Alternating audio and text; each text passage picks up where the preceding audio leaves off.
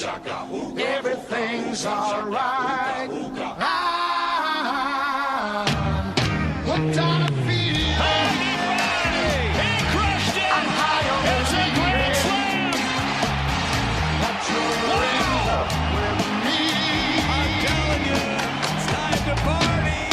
It's as sweet as Ladies and gentlemen, boys and girls, welcome to SoxHub episode 15, home of the 27 and 26 third place Boston Red Sox. I am your host, Brandon McAlery, and alongside of me is the one, the only, the zesty lefty slinger himself, Trotty Too Hottie, aka Matt Trotta. How you doing? You know how it be, Mac. Living the dream, running at Godspeed. How about yourself, sir? It's a little rainy here in Leominster right now as we record this. You know, had a busy weekend, nice Memorial Day weekend, but busy weekend and whatnot. And overall, just could be better. Could be better. The Sox, I'm just like with the Sox. Like, I'm not hurt. I'm not excited. I'm just bleh. It's a really great description of it because I couldn't find words for it the past couple of days, specifically since Friday. And meh, pretty much sums up the vibe and the feels in the bones and in the brain. But, you know, we're keep rolling. We roll with the punches. You got to adjust to the curveballs, not only in the box, Mac, but in life as well. And, you know, that's just what we're trying to do here. I mean, the thing to not jump ahead, but jump ahead, I'm pretty sure we start off every episode with that, is that, like, this series the Brewers series didn't, like, suck the life out of me, but it, like, I didn't see what I saw in Tampa, the two Tampa series, and St. Louis, where, like, they were fighting their way back into games and stuff like that. Like, the offense went back to being celibate again. It was like they were gassed and almost burnt out in a sense. Not only the offense, but a little bit of the pitching staff too. Not to jump ahead at all, that kind of looked a little burnt out or fatigued as well. And to sum it up, you didn't see the fight, like you were just saying. All around, I don't think it was just the offense. Yeah, they were celibate, but the whole entire team forgot how to fuck, I think. It was a rough weekend, man. We almost saw a fight, though, not to jump ahead. Yeah, it was mainly our chief, Andrew Bailey, that was the leader of the pack there with Chris Martin. Those two were ready to go. I mean, I don't know if they were ready to go, but they were the first men up. Everybody else was kind of like along for the ride. Veritek was helping out, pushing everybody back, especially that first base coach, I noticed. Him and Veritek played with each other back in the day. Yeah, I didn't know that initially until they started chirping it on the broadcast a little bit. I found that pretty cool. I'm curious what went down, like, with Chris Martin and Coach Barry over there at first base, because you normally, especially at the professional level, you don't see a first base coach chirping players. You know, like, that's so out of pocket and unprofessional to do in any brand of baseball, but professional especially, you never see that shit. And I mean, it's in my notes to talk about what I think. I don't know exactly what was said, but what maybe caused the back and forth and stuff like that. But yeah, Quentin Barry, I've been a first base coach for a long time, and I never jarred at another player like that. Like, high school, college, nothing. Like, there was no need for it. That's not my job. No, that's not what you're there for necessarily. You do admire a fiery coach, though, but got to keep it in check. Yeah, fired up for your boys, like, not the other team. But you know what? We'll talk about this when we get there in the notes. Absolutely. There is two things that I wanted to start off with before we get into notes, series recap, and all that stuff.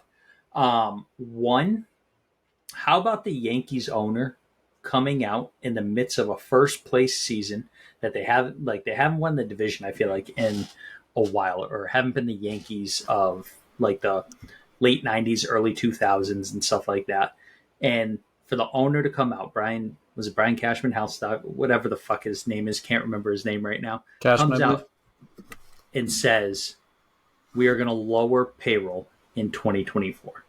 And again, in the midst of a battle for first place between the Orioles and the Yankees in what's going to lead to an exciting summer of baseball and following those AL East standings. I mean, for us, we already know we're not winning the division, so it'll be interesting to see Yankees and the jockey job there. the Orioles go at it. But like, just to come out and say that, like, what are we thinking here? Yeah, that's a wild move for how well things are going on right now, not only on the field, but in the clubhouse for them. You haven't even heard much negative talk like you normally do with that clubhouse at times throughout this time of year. You haven't heard much negativity out of the managerial spot in Aaron Boone yet this year. Outside of that one funny moment where John Boy did the sound bit of Aaron Boone getting wrongfully tossed out of that game because of the fan behind him.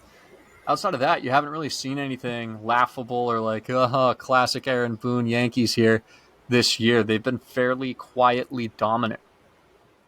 And this I don't just even want right to say here. quietly.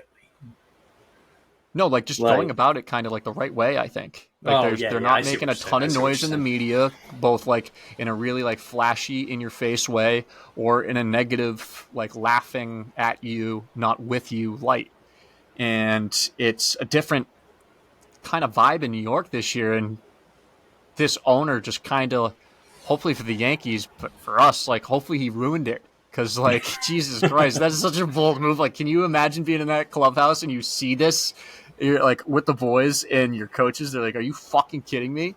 Like, where do we go from here? Like, we're trying to build a future with this group, and you guys are saying we're not going to fucking increase payroll or we're the kind of sustain where we're at.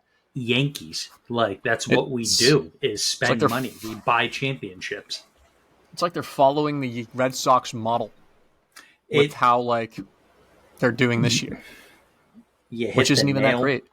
On the head right there, because let me tell you, I was just about to say that, like, this is going to lead to, if it is true and whatnot, because this most likely means that Soto's not getting re-signed.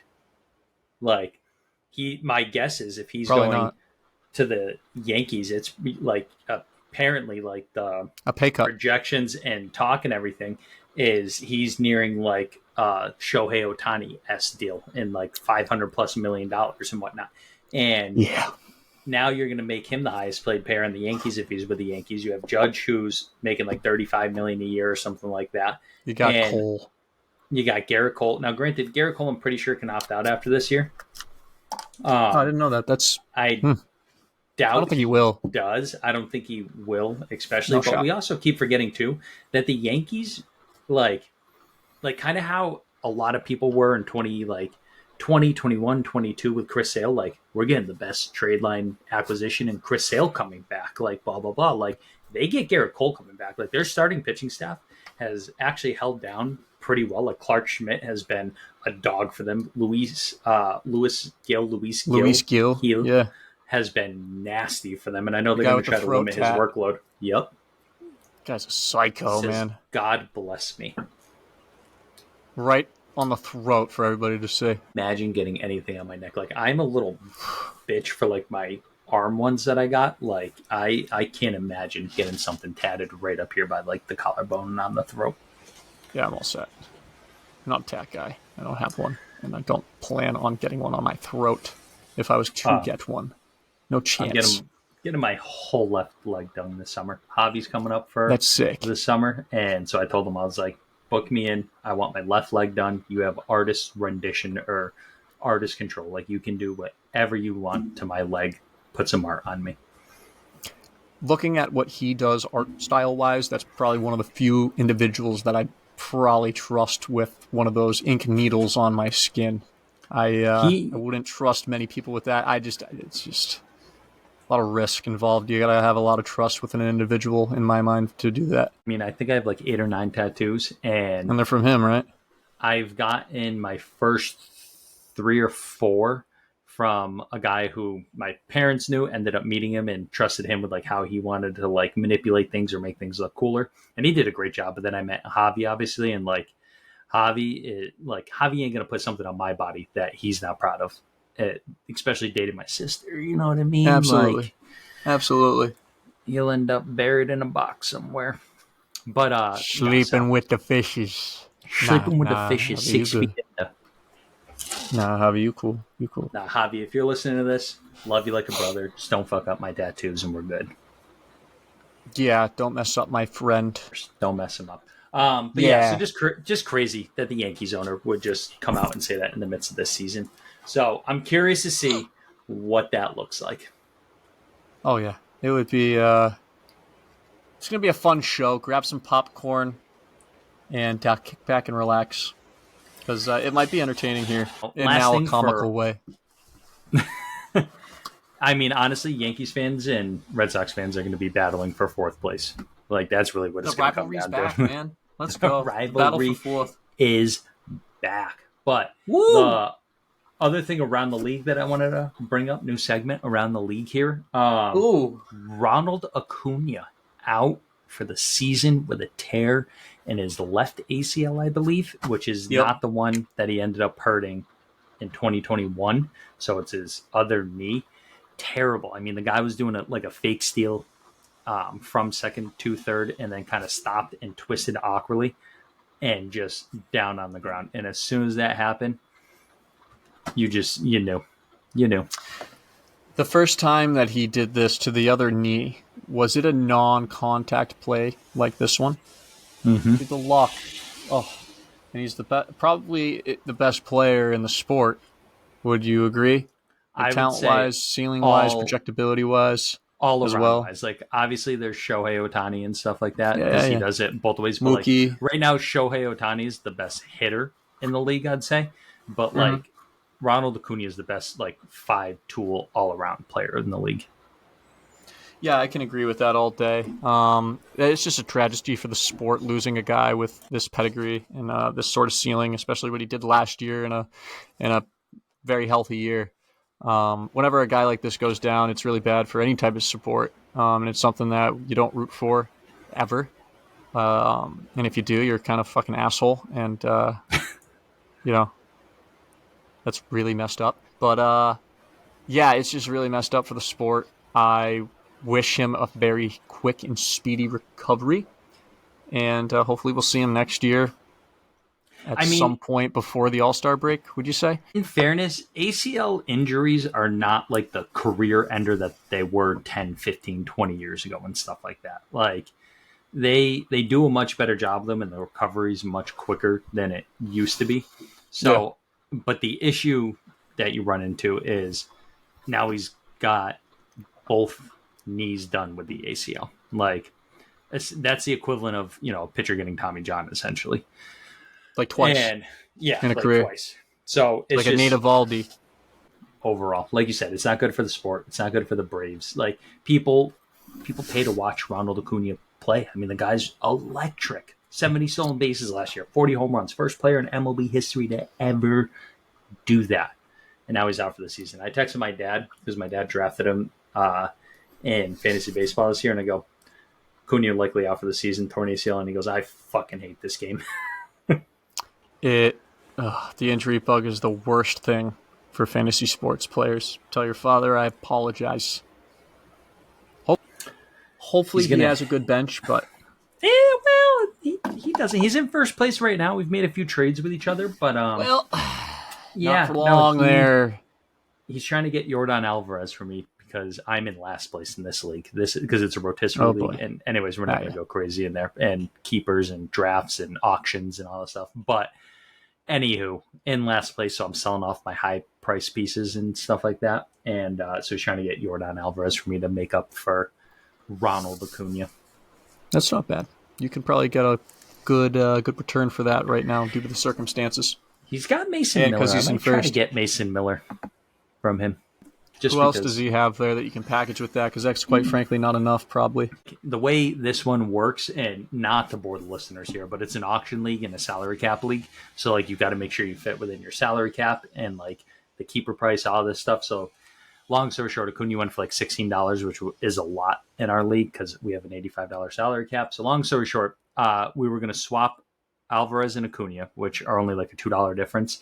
And then he was going to throw in, Devin Williams he has for really cheap, and when he comes back he's a keeper for the next few years as a closer. So there's some stuff. Yeah, it's not a bad play. You're playing the long term since you're in last. Oh yeah, I see you. That's smart. You got your thinking got a cap lot on. of young guys in there and whatnot. But enough about fantasy baseball here. Oh yeah, We're let's not talk here the to real talk thing. about that. Let's jump into this series. So game one, Mac and Trotty over here go and take on our first Fenway Friday together. Now, granted, we didn't have seats together. Trotta was there for a little pre-wedding ritual. I had bought seats with Haley, and to be honest with you, these were the best seats I've ever had in my life. I was about 20 feet away from the pesky pole, right up against the wall. I could feel Willie Abreu breathing and sweating on my neck, and I loved it. It was electric. Probably one of the best experiences, even though, not to jump ahead, but the outcome wasn't what we wanted. Best experiences at Fenway. Yeah, your seats were fantastic, man. When I was sitting with you for that inning or 2 innings, there was a foul ball that came, and you were about 4 seats from it rolling right into your hands. It was so close yet so far. Willie Abreu locked eyes with you and I a couple of times and almost threw us a baseball, but realized, these guys are 30. Let's throw it to a child, which probably the good move, Willie. Muy bien, papi. But, yeah, those seats were sick, man. My seats, perspective-wise, we were right to the left of the Red Sox bullpens. So we were on the away side. So Looking we could see at home plate. Yes, and we could see into the bullpen pretty clearly for like the guys warming up. It was pretty cool. Like if you go on YouTube bullpen videos, that was give or take our seats. Pretty sweet stuff. If you walk down like 2-3 rows. So I was in my glory for it. Outside of that, like the seats were great. The people I were with was great, obviously. It was like a celebration of my cousin Francesca's wedding. Her now husband has been like a brother to me since they moved into Massachusetts a couple of years back so she can go into law school. But outside of that positivity, like what the fuck, man? I went up to go get some food before seeing you to like bring it back to a couple of the family members and everything. And I strictly remember in the glory days of Fenway Park, and not even like dating back a while ago here, I would go and get, like you did, the souvenir Coke cup. Well, they have the popcorn one as well. And I am a big popcorn fan at baseball games with the saltiness Amen. with my beers. And, man, when I asked this man, I can bring it back, right? And he's like, nah, man, not anymore. I was like, what did you just say? He's like, nah, not anymore, man. I'm sorry. We don't do that anymore. I'm like, no more free refill piece? You don't do that with the popcorn? Like, since what? He's like, yeah, man, I'm sorry. We don't do that here anymore. And I was like, John Henry does it again. Thanks a fucking lot. I just walked away. I was so pissed. Last podcast, we talked about the 9x9 challenge. I didn't try to do it considering I was with 30 members of my family and like some family that I didn't know at all because it was like his side of the family that I didn't meet yet at all. So I didn't want to make a complete ass of myself. So me and my cousin Joe were looked at as the big kids of the family a little bit. We were having fun with it and wasn't really trying. We casually had 4 or 5 beers each and 4 or 5 hot dogs each. That was an average of like, I don't know how many he specifically had in both, but I had 4 and 4. And I thought that was pretty efficient work for my size. And I definitely could have had at least 4 more hot dogs. Just mainly the reason why I was like, all right, I'm all set is because they're $7 each.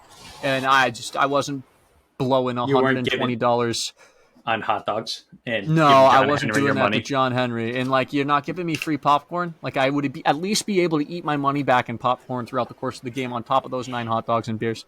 But I'm not dropping that much money. I'm sorry. I'll do that at home, like on the couch. I'll make 9 dogs and I'll have 9 beers, like Bud Lights or whatever the hell, in front of me, and I'll do it that way. But I'm not spending it in the park there. No shot. Like, I'm gonna have to take out a second fucking mortgage. Need to do right there.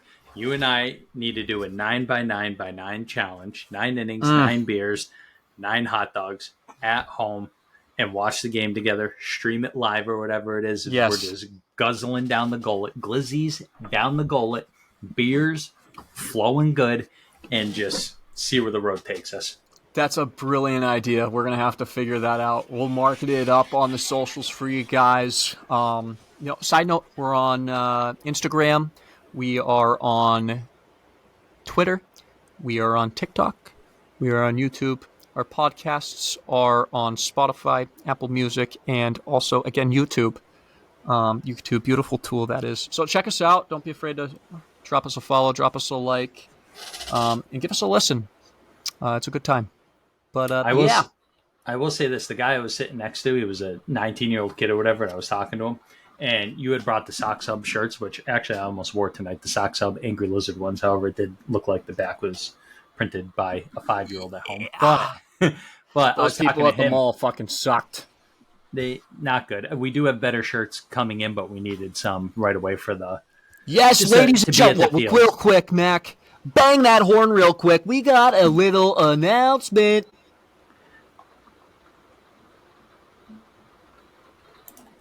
God damn it. Hey! SoxHub podcast listeners and fans, we have an announcement. We are going to be dropping the Angry Lizard Jaron Duran t-shirts within the next 2 weeks, ladies and gentlemen. Yeah? Yeah, well, you know what? We're not going to put a specific day on it, but they are made. They're in the process of being printed and shipped. Holy smokes. You're going to get the Angry Lizard vibes. You're going to get to rock it all around the yard and the house and the freaking grocery store. Picking up your fucking candles from Gino. You name it. Going to the liquor store to get your bullet slider whiskey. Just make sure you got your Angry Lizard Jaron Duran SoxHub official t-shirt on. Hell yeah, baby. I did get a lot of reactions to the shirt, like, oh, that's a sick shirt, like, where'd you get it and stuff like that, and I just pointed right to the chest, a little SoxHub on there. Yeah. Nobody had any idea what it meant, but you know what? Go check it out. You'll be able to find some soon. When I was walking over, like, back and forth from our seats and everything, I got a couple Angry Lizards. I heard that from the background. It was kind of cool. But they have no fucking clue where it's from. No clue. In fairness, Jaron Duran has completely embraced the Angry Lizard aspect. The lizard is now in his Instagram profile. B, apparently, my source to this is Will Fleming in Section 10 podcast, but Will Fleming had said that apparently Jaron Duran is okay with the nickname Angry Lizard. Like, it's just kind of been brought on to him. Alex Core's in on it. The whole dugout's in on it. And apparently he saw a video of him and he was running like an angry lizard. And he said, oh, fuck, I do look like an angry lizard when I run. So he's just embracing it now. Guess what video he probably saw? I don't know, Mac. Which one? 6 weeks later is still getting hundreds of likes a freaking day on our Instagram. Yeah, that thing is blowing my mind. It's pretty cool, dude. The Angry Lizard is sweeping not only Boston, but the nation. The nation. Let me tell you, I keep telling Haley this. Maybe I'm crazy. I don't know how you feel about this, but we went viral kind of. And I never in my life thought I'd be a person who would go viral with me neither. Anything. And I'm like, that's a pretty cool little feat. Yeah, it's pretty sweet. Like a little pat on the back, something that we can hang our hat on at the end of the day with this little pod. We're not breaking any records on the streams here, pod by pod, but you know what? We got that little video and our little social media growing steadily to hang the hat on, and we appreciate the love there. Yep. Shout out Lou Merlone. Without you, probably wouldn't be possible. Yeah, no, Lou gets all the credit in the world for initiating that. He said it on the podcast, and no one really jumped on it, man. When honestly, you were the guy that thought that was hilarious and called it out and texted me. So all the credit goes to Mac Daddy and Lou Merlone.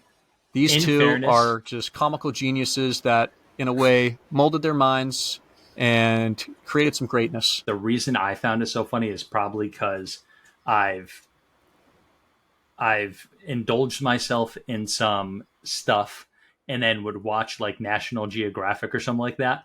And you have a little, like, you just see the lizard running. And honest to God, I was like, fuck, that's pretty accurate. Like, with the way the legs are bowed out and everything. And the fucking you're just there late night, just hanging out there. You got your like little tub of ice cream, watching some Nat Geographic. Oh, yeah. Wait, dude. That's Jaron Duran? Oh, it's a lizard! No way, dude! Oh, damn, Durant looks like a lizard, dude. I thought I was watching Nesson highlights. Accurate depiction? Pretty accurate, except it all happens in my head where I'm actually just sitting there like, Just open mouth, like, holy shit. but that whole conversation though is like exactly what I'm like, bro, that's Jaron Duran up there. Oh my Dude. god. Why is he running Fucking away from a angry lizard. snake?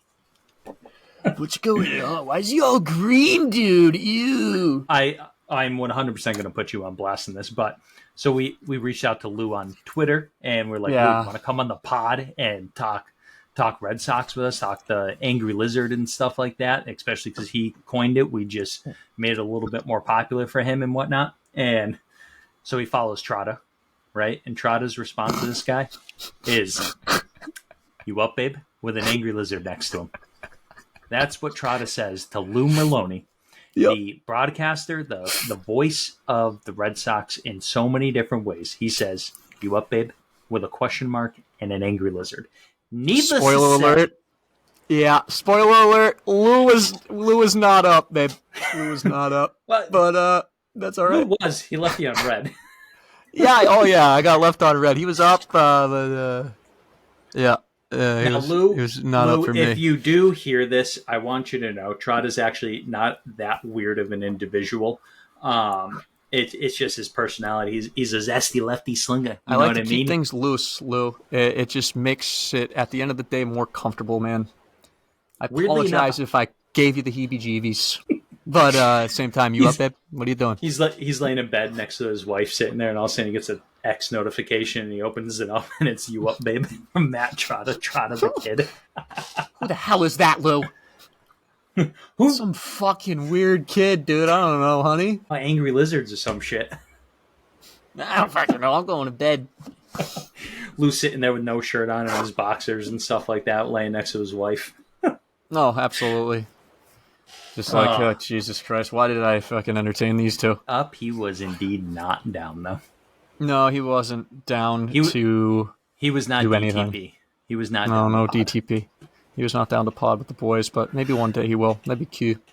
Maybe he I'll will. be a little more, I swear, Lou, I'll be professional. I'll be a good boy. I won't be naughty. Ironically enough, unless if you want it to be naughty, then we can have it like that. But yeah, I'm sorry. Ironically enough, on this podcast, I seem to be the professional one, which mind blows me. I shouldn't say professional one.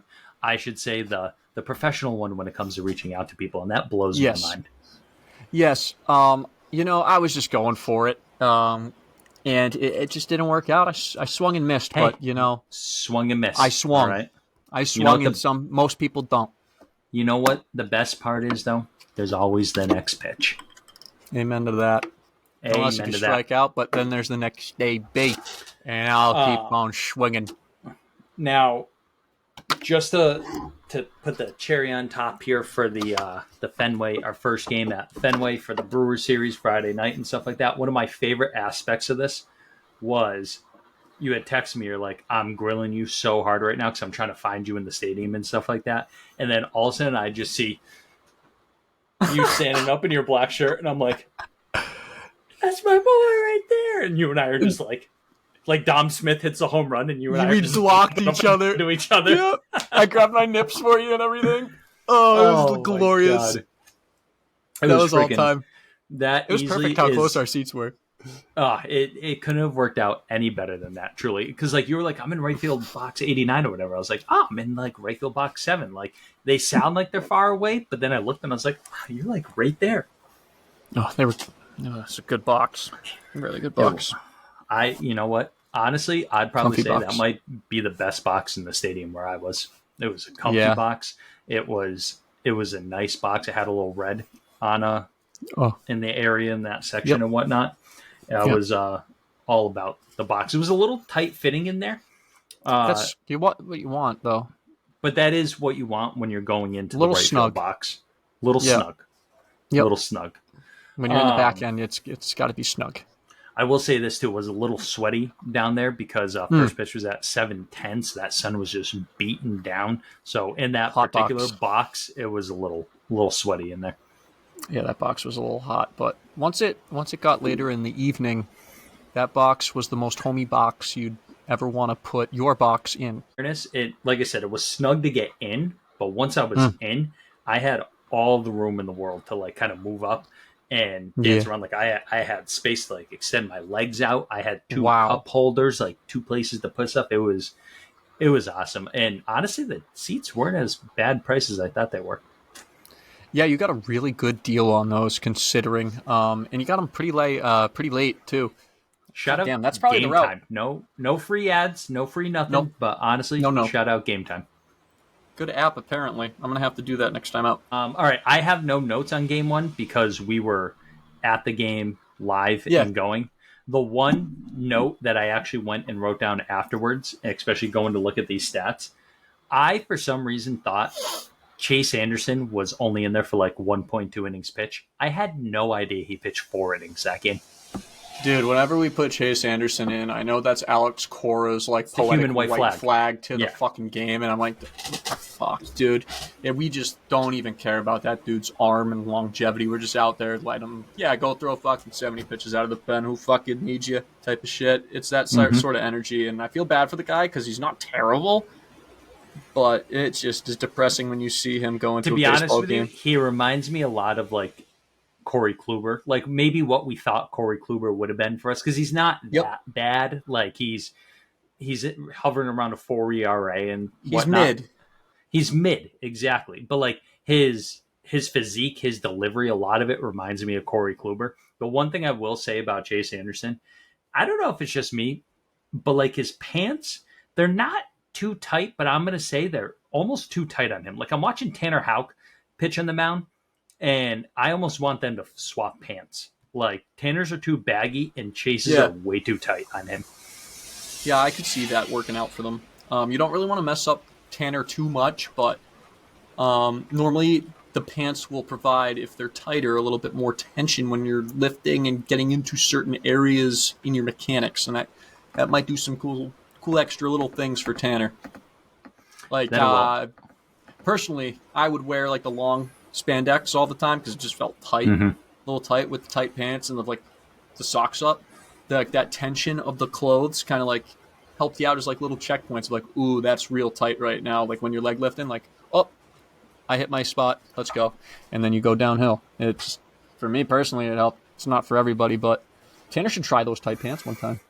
He very well should. So Cutter in this start, this was the start that I predicted them to lose and hopefully win the next two, and my fruition came true, sadly. I thought he was going to pitch much better than this, to be honest with you. Cutter goes 4.1 innings pitch, 7 hits, 6 runs, 2 walks, 1 K. Just did not have it. No, it was bad. His breaker, his sweeper was not sweeping at all. He couldn't locate a spot with it. It wasn't breaking how it normally did. He didn't throw it much at all. What's up? Is Cutter pretty much like, is it safe to say he's probably, how well a start's going to go is relying on his sweeper, if he's like truly feeling it or not? That's the pitch that the rest are kind of working off of right now, it seems like, with the outings that you look at that were poor, and you look at our reviews of it, it's a similar tune each time. It's been a relatively poor start. Obviously, this was the worst one, but there's a correlation here. This was the worst one the sweepers had in 2024. So every time that sweeper hasn't been there, it's been a bad outing for him, or the walk total's been there with the strikeout total not being up to where it normally is. That sweeper is kind of his ride or die right now. He's either riding on that thing, going 6 strong plus, or he's getting burnt out real fast, and he's just a fastball cutter guy at that point. Echoes. We saw that story last year and whatnot. Not that it was terrible, but it was mid, pretty much. And I don't know, everybody, I mean, he has taken a huge step forward this year, but this was easily his worst start of the season. And even post-game, I think he talked about how he didn't really have, I don't want to say a feel for a sleeper, but just couldn't locate it. and whatnot. And he's like, honestly, it sucked. Like, terrible start. I just got to be better. Couldn't locate pitches, like all this stuff. So he took it very well, and kind of what you want to hear, just like, I'm accountable, sucked. I need to be better next start, pretty much. And he's the type of guy that will come out next start and have that sweeper much, much more to where it is been throughout the year. Without a doubt, I have no doubt in the world. Is one extra session with Professor Bailey in the laboratory, and I'm sure he's going to come out and probably have his best start of the year. He's probably going to go 7 no-hit innings, 7 shutout fucking innings in his next start. And you know what? I really bet hope you so. goes double-digit Ks next start. Wow. I really hope so, man. He needs that. It'll definitely even out the last start if he does that. And that it will. And you know what, though? Not going to jump ahead too much because I just realized we can talk about that on series preview because he's going to come up in there. Yes, he will. Anyways, in that game, so it was game 51 of the season. Sox were 1 for 7 with runners in scoring position. We end up losing 7-2. We were at the game. It wasn't that thrilling. Like, Dom hit a home run, and I'm pretty sure I texted you too. Like, this is the inning that we need to get to this guy. And then Duran hit a double. He gets on base or whatever. Dom hits the home run, and I was like, the boys are back in it. They weren't. They ended up going down a lot more after that. The only exciting thing that we really did on offense was Dom Smith obviously hit a home run. He went 2 for 3 with a home run and RBI. And David Hamilton and Jarren Duran, the angry lizard himself, both went 3 for 4 with a double. So it was exciting to see us get some production. 3 for 5. Oh, 3 for 5. I apologize. It was exciting to see some good production out of those guys because over his last 10 games, Jarren Duran hasn't been great with some stuff, even though the swing looks more comfortable, and I actually like his swing a lot more than I did at the beginning of the season, but he's scuffling a little bit at the plate. So good to see that. Then we jump forward to game 2 here. We had Pavetta versus Colin Rea, I believe. It was the same opener as game 1. I forget Colin his Rea. fucking name. Yeah, so Jared Cohen opens game 1 for them, goes 1, and because I looked at you and I was like, dude, I saw Bryce warming up with like a connection ball and shit, which, by the way, I'm going to reel it back a little bit. I watched Bryce Wilson warm up with a football, which I thought was pretty cool. And the only reason I say that, it's not like I haven't ever seen that before or anything, but, nowadays everybody's like, oh, like weighted balls are hurting the arm and stuff like that. And it's like, what about throwing a football? Like, that's a weighted ball. Like, from a pitching standpoint, why do guys warm up with a football? What is it for? Like spin, feel? Is it just because it's a heavier ball? Heavier ball to get your arm on time a little bit better, to get your trunk a little bit more involved, to feel your scap engaged a little bit more. Honestly, just to change it up and to feel something a little bit more athletic. That's what I personally would use it for and tell a kid to use it for, just to get it out of the pressure of like throwing a baseball, especially if somebody is like, you don't want to use the word yippy, but like overthinking on the mound a lot, or an overthinker or an overanalyzer. It's something that just puts them into a different athletic environment and into a different mindset and state that can go a long way for them. Kind of puts them back into like the backyard or side yard with your dad in a sense. Throwing a football around pregame before baseball game, it's kind of like laid back and like frat boyish. It kind of keeps it loose. I like and that. It's like got the positives of the arm. If like you're not a plyo guy, but you kind of want almost that like quote unquote bat weight that like I kind of refer to plyos or like heavy balls with, like you can use that. Like other guys would use a softball for it. Others are using like those legit like weighted baseballs that you can actually play catch with, not like the plyometric ones. But yeah, man, like I would use it for just like the athletic difference and just clearing the mind a little bit better for the thrower if he's an overthinker for it. Then I don't know if you can see this too well, but no, great. Right down here again. I know you probably can't see. There it is. Yep, right there. That there was the connection ball he was warming up with, and when I was coaching and working with you and stuff like that, I bought the connection ball. Is that still at the facility, by the way? Yeah, I still use it. I love it. So I bought that, and then Russo bought his own. Not to mention specific people, but he bought one, and he's been using it since the off season and everything. He brings it into the like his high school season stuff. It's pretty cool to see somebody use that thing and know how to use it. That's what I'm saying. Like I've watched pitchers warm up plenty of times before, and like nowadays for me, it's like Coop Griswold doing his plyometric care and stuff like that with the weighted balls. But like to see a pitcher come out with a connection Like ball, water bag bullshit. yeah, I thought that was pretty cool though with the connection ball, just because like I used that religiously with hitters, especially hitters that would get too disconnected away from their body. This was you would just stick that ball right in the elbow as they go to swing, and then they could tell where they were getting disconnected in what part of the swing, depending on where it fell out and whatnot. And so for a pitcher, I know that's probably my guess would be like arm action Staying scap. within that 90 degrees, getting into a better scap load. You can also use it for your front side a little bit too if you're a leaker or a flyer and you yank that glove side out of it. You can put that in that similar area as you would for that 90 degree slot on your arm side. It's a pretty damn useful thing. Yes, it will help correct some things. For anybody who's listening, it's like, maybe this will help me throw harder or straighter, whatever it is. Correct me if I'm wrong here, but I feel like it's more of a feel thing than it is. Yeah, you don't really throw max effort with that it's not like a train. It's a training tool. Don't get me wrong, but like you said, you're not throwing max effort. Like you're not hitting 90-mile-an-hour fastball with it's it. A feel. Like this is stuff I'm doing off the tee or with like front toss, just to like again, a warm up it's drill. A feel. Yeah, a little warm up drill that you use off the tee. You're throwing from 45, 50 feet, 60 feet, very sub max effort, 60, 70% effort if you're using it down slope.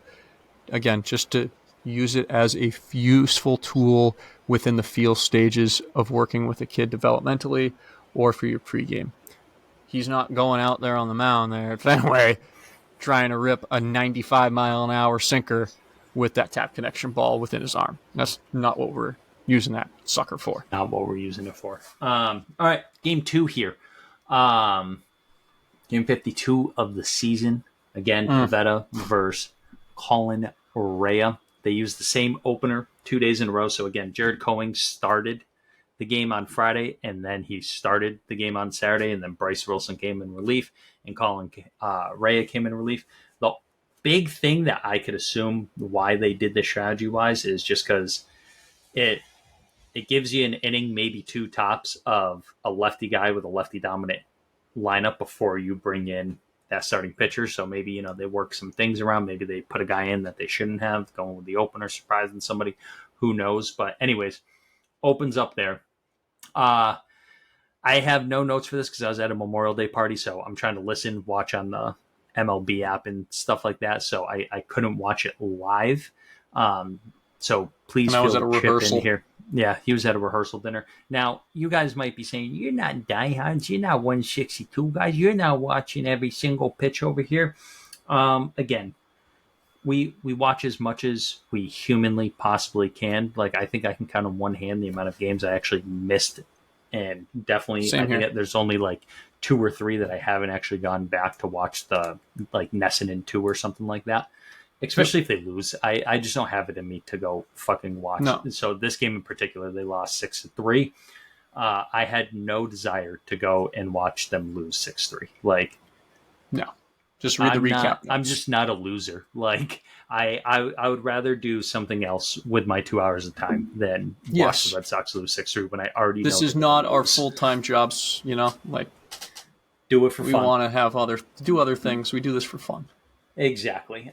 So Pivetta continues his terrible streak against the Brewers. He goes 3.1 innings pitched, 7 hits, 5 runs, 3 walks, 3 Ks. To be honest with you, I was expecting a much better start out of him. Again, I had said to you before, I was like, they may crush Pivetta, but like they've never faced Pivetta with Bailey.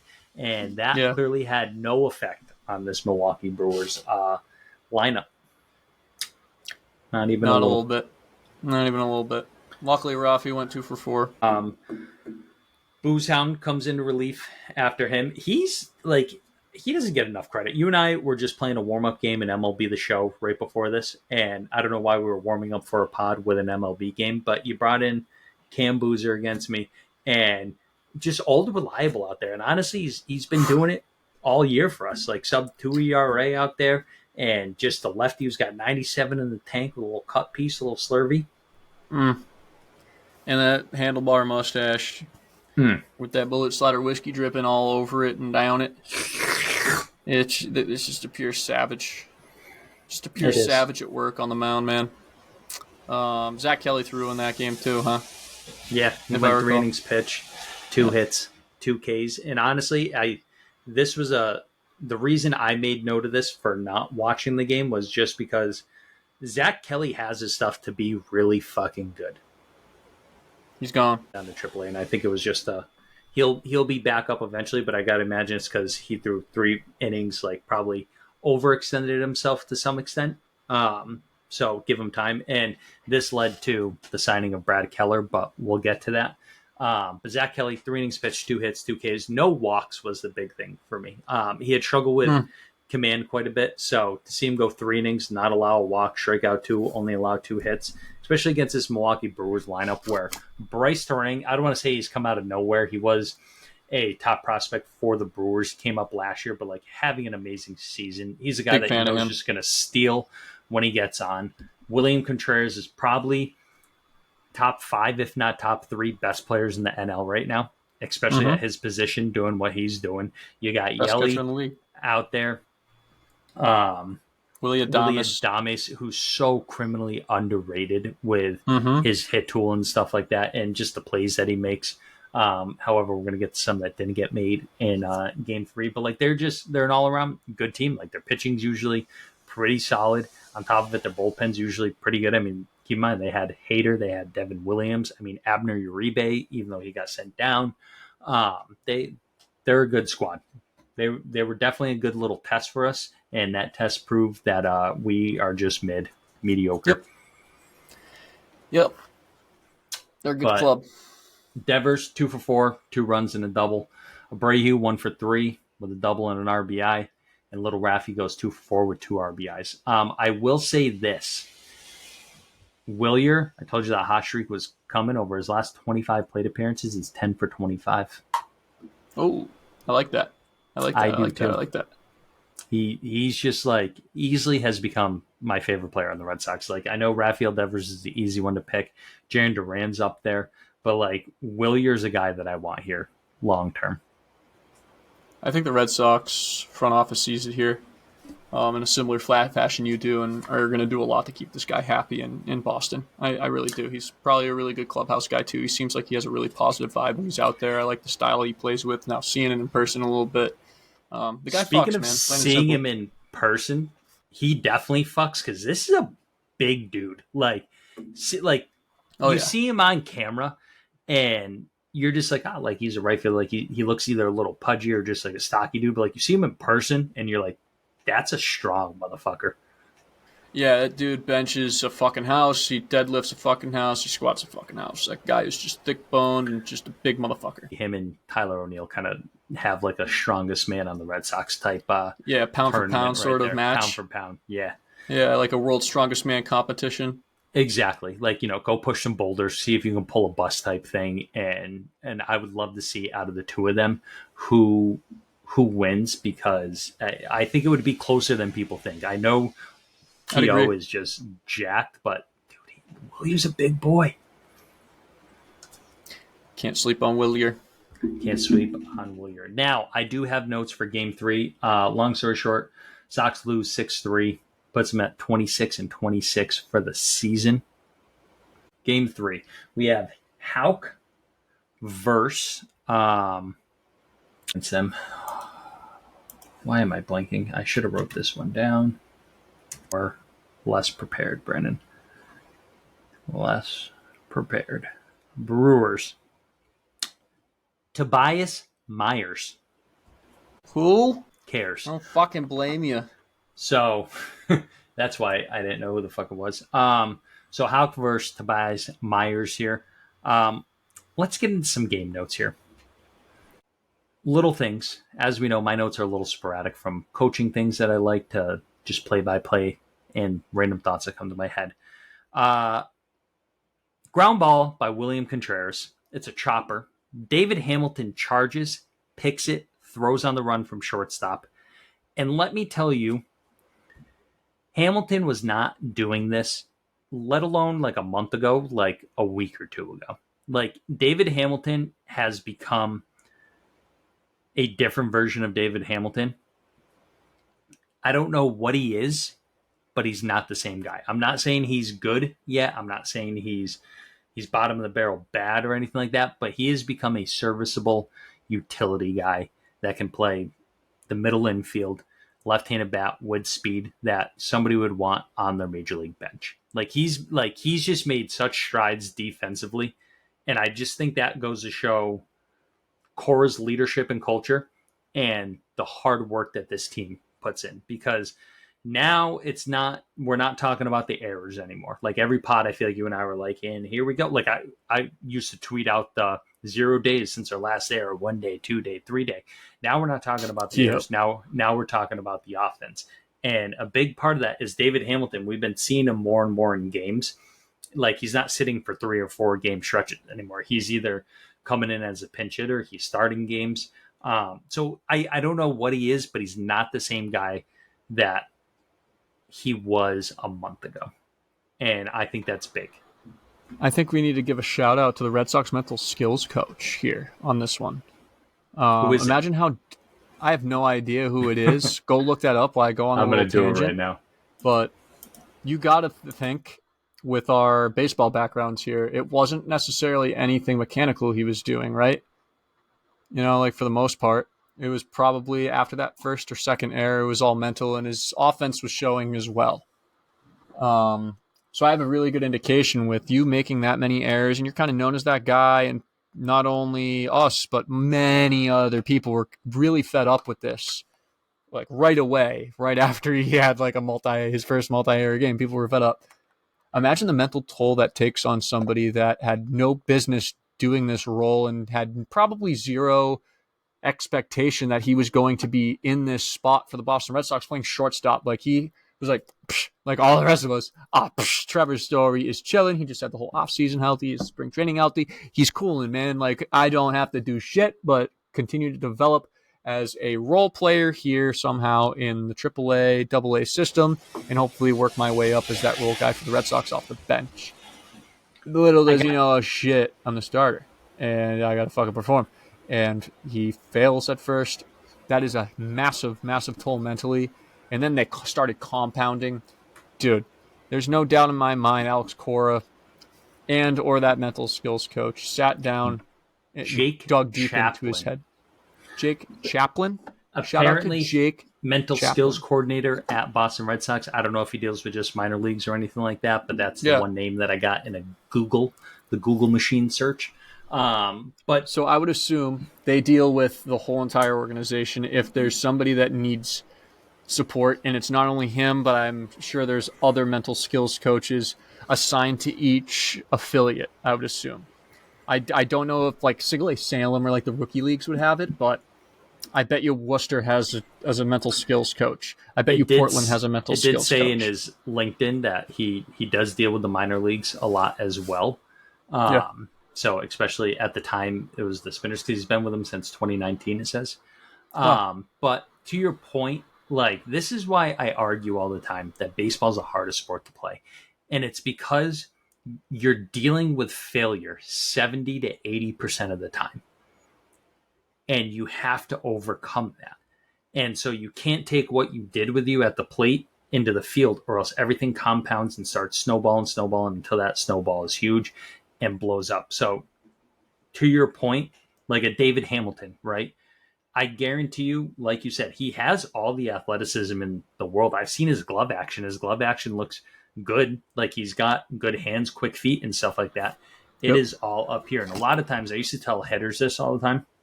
They'd be like, Coach, can I work in the cage with you for like 30 minutes? I think something's up with my swing. And a lot of it, like what I would do with them in there is like almost like a feel good type session where like you're correcting maybe some tiny minor issues that are like they're talking like, I feel like my bat tip's getting out here and I'm dumping my barrel, and you're like, yeah, definitely. Why don't we just try this? And it's literally doing nothing for you, but a lot of it is mental in this game of baseball of how you feel.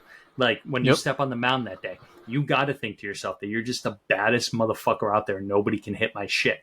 And then if they do hit your shit, you got to think to yourself, kudos to you. Try to hit this fucking next pitch right here. And it is straight a mental battle. every single pitch. Defensively, you're struggling. I mean, we saw it with Willier at the beginning of the year. I was a big proponent of like, I'm all good with this guy after the fucking Seattle series. It's like, he doesn't know how to run the bases, making errors, can't hit, and blossomed into my favorite fucking player because I think a lot of this, like you said, just goes right to Cora, to this mental skills coach, whoever it is, that is helping build these guys' confidence to get to where it needs to be.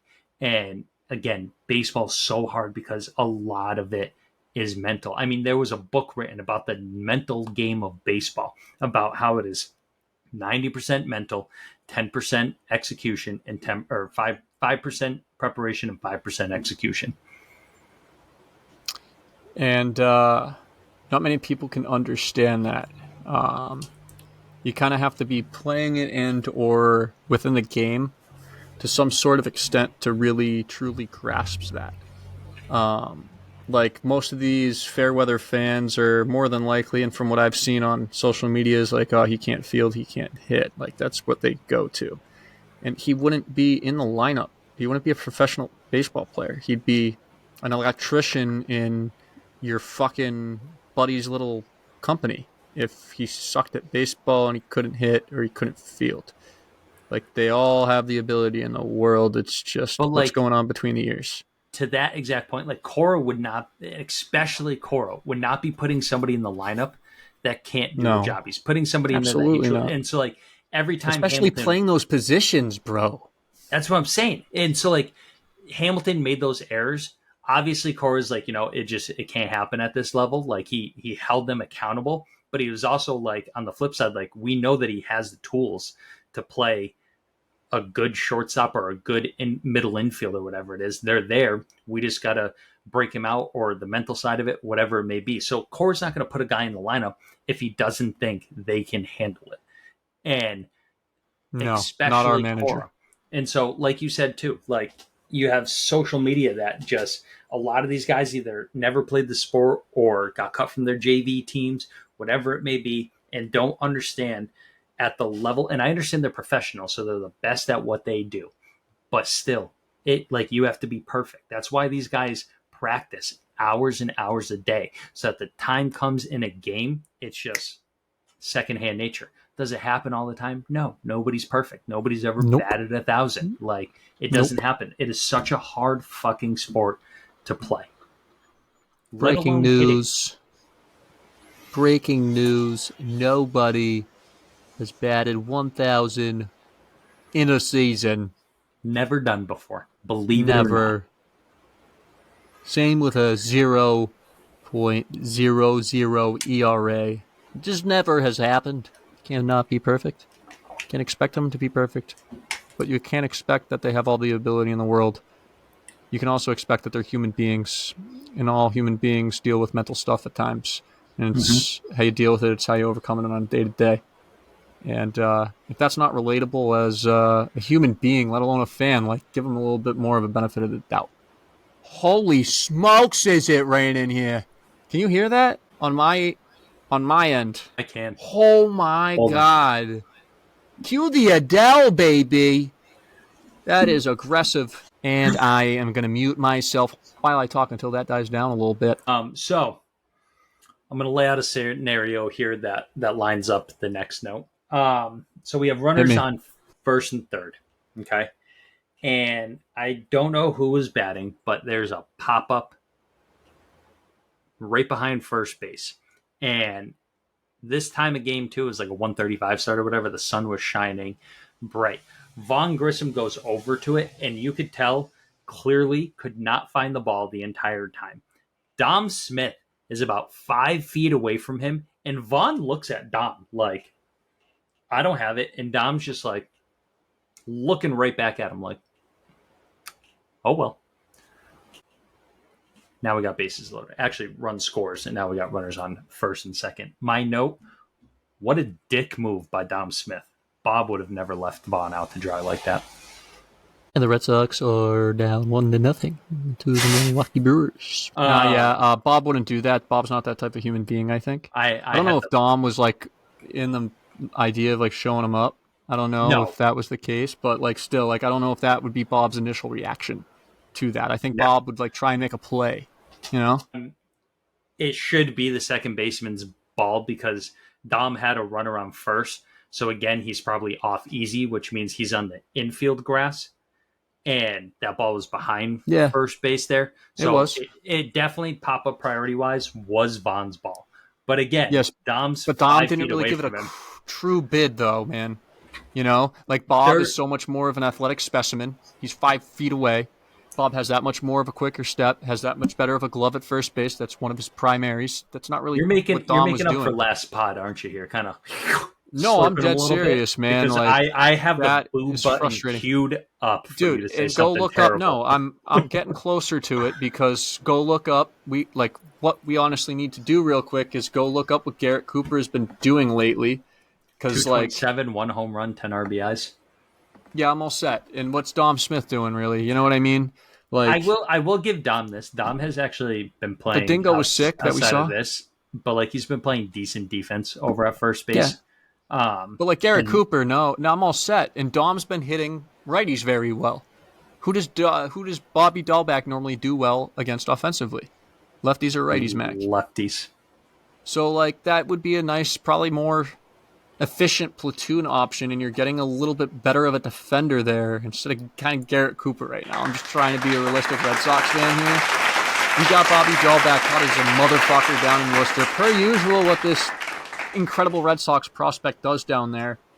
And it's only a matter of time. The amount of times we've called him up just to call him back down again, for him to go off, just to call him back up again, for him just to do jack shit and strike out at a 60% clip, and then just to move him back down to do the same shit. It's only a matter of time for this dude, this Red Sox prospect nobody's ever heard of or seen before, get called up and absolutely do the same thing he's doing in the minor leagues, which is just go game after game, taking productive at-bats, limiting the strikeouts, and maximizing the long ball. And that's kind of what the Red Sox need right now, man. Like, Jesus fucking Christ, this defense, this offense has been a little bit celibate. First base, like, overall, besides, like, what Dom Smith does, like 50% of the time, because Garrett Cooper's over there, or, like, Romy on the rare occasion. It's just not doing it for me. And quite frankly, I would rather have something I could, like, point my finger at and be like, this guy fucking sucks. Get him out of here. He's striking out at 60%. And then I could also flip it and be like, dude, this is fucking awesome. He's finally fucking doing it. This is great. I told you this whole time he was so good.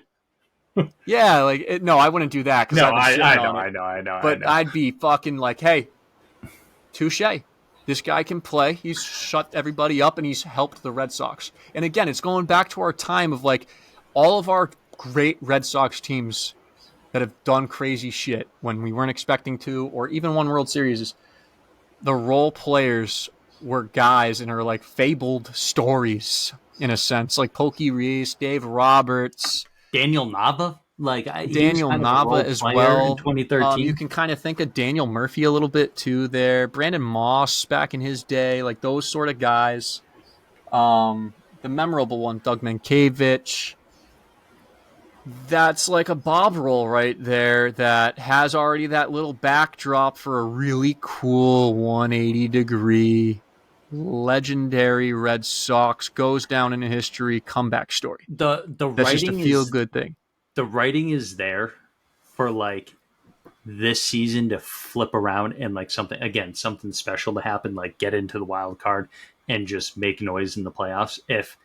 But again, it's been the story of the whole season, like if things go right, like say Bob magically turns it around. I want you to know though, I had my finger right on the FU Trotta button ready to go off, especially when you started like shitting on Bob for a quick second there, and then I was like right about to hit it, and then you brought it right back, and I was like, all right. But I'm glad you've come around to it. I've enjoyed Dom more than I've had Garrett Cooper. Also, I don't like shitting on how guys look or anything like that because there's nothing. You're going to say it too. He looks like a fucking penis. I was going to be a little bit nicer than that. What's he look like to you? Kind of looks like a chipmunk. I can never tell if he's got acorns shoved in his cheeks or what. Because he's always like, yeah, he's always fucker. He's always in like a meh kind of like frown, and it just looks like he has cotton swabs. Like he hits a ball good, right? And it gets caught by the center fielder. And he's always like again, like if I just like. Was that a cotton swab? or a No, napkin. that was a paper towel. That's fantastic. Good prop. Good But prop. like it just like his face annoys the fuck out of me. It looks like his cheeks, if I punched him in the face, would absolutely absorb the punch and just like suck my hand in. It would like work as a face or cheek airbag in a sense. Yes. Way off topic there. Fly ball by Wilyer Abreu to shortstop, and Adames just lets it drop. The sun will either be our greatest ally or worst enemy today, because now this is 2 drop fly balls in the infield. We'll take it. This is a random note. Christian Yelich kind of gives me Pete Davidson's better looking brother vibes. Like, if you put Pete Davidson and Yelly next to each other, they kind of give off that, like, that type of vibe. Yeah, they look alike quite a bit. Yep. That's been a national thing before, yeah. I don't know. That little comparison. I'm pretty sure it's been a thing. Like, I think Yelich and Pete Davidson have been at the same game together and have done like a jersey swap. Like, Yelich has given Pete Davidson an autographed jersey on the field and has provided it to him, and they've acknowledged it. Pete Davidson went to the Miami Marlins and took BP and everything too back in the day. Right now, and like had the Yelich jersey on. It was those horrible jerseys back when like Stanton was still with the Marlins. Yeah, and JT, the rainbow colored ones and stuff. Okay, all right. So I'm motherfucking P. Jose Fernandez on a side note there, but yeah, keep going. I think like the theory of elephant thought or something like that, where like you think you have an amazing thought, but somebody's already had it before. Like there's no such thing as an original thought. But anyways, I was looking at that and I just made that connection. To be honest with you, I had never seen or heard that before. I thought that was really funny though, because I'm looking at it and I was like, these two put together. To be honest with you, I thought I was going to make a great Instagram clip of you just putting these two together, but nope, apparently it's already been done. That's been known for a while, unfortunately. You just live under a rock, apparently, with it. Not for Red Sox stuff. That's Brewers news, not Red Sox news. Miami, so we'll give you the benefit of the doubt. Wilyer triples. Devers hits him in 1-0. Red Sox. Bryce Harang gets on, steals, and then William Contreras drives him in, tied 1-1. Top of the 5th. Houck ends up getting pulled after the 6th inning. He goes 6 innings pitched, 7 hits, 1 run, 1 walk, and 7 Ks. Again, another dominant outing by Tanner Houck.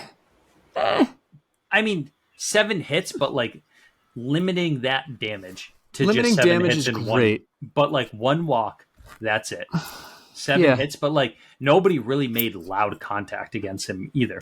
It wasn't like. And I can imagine that ball that Grissom and Dom dropped was a hit as well. So you can kind of put an asterisk on that and say he had 6 hits in 6 innings. Wilyer got a hit too for his pop-up single that got dropped. So, exactly. He remained consistent, for sure. He did.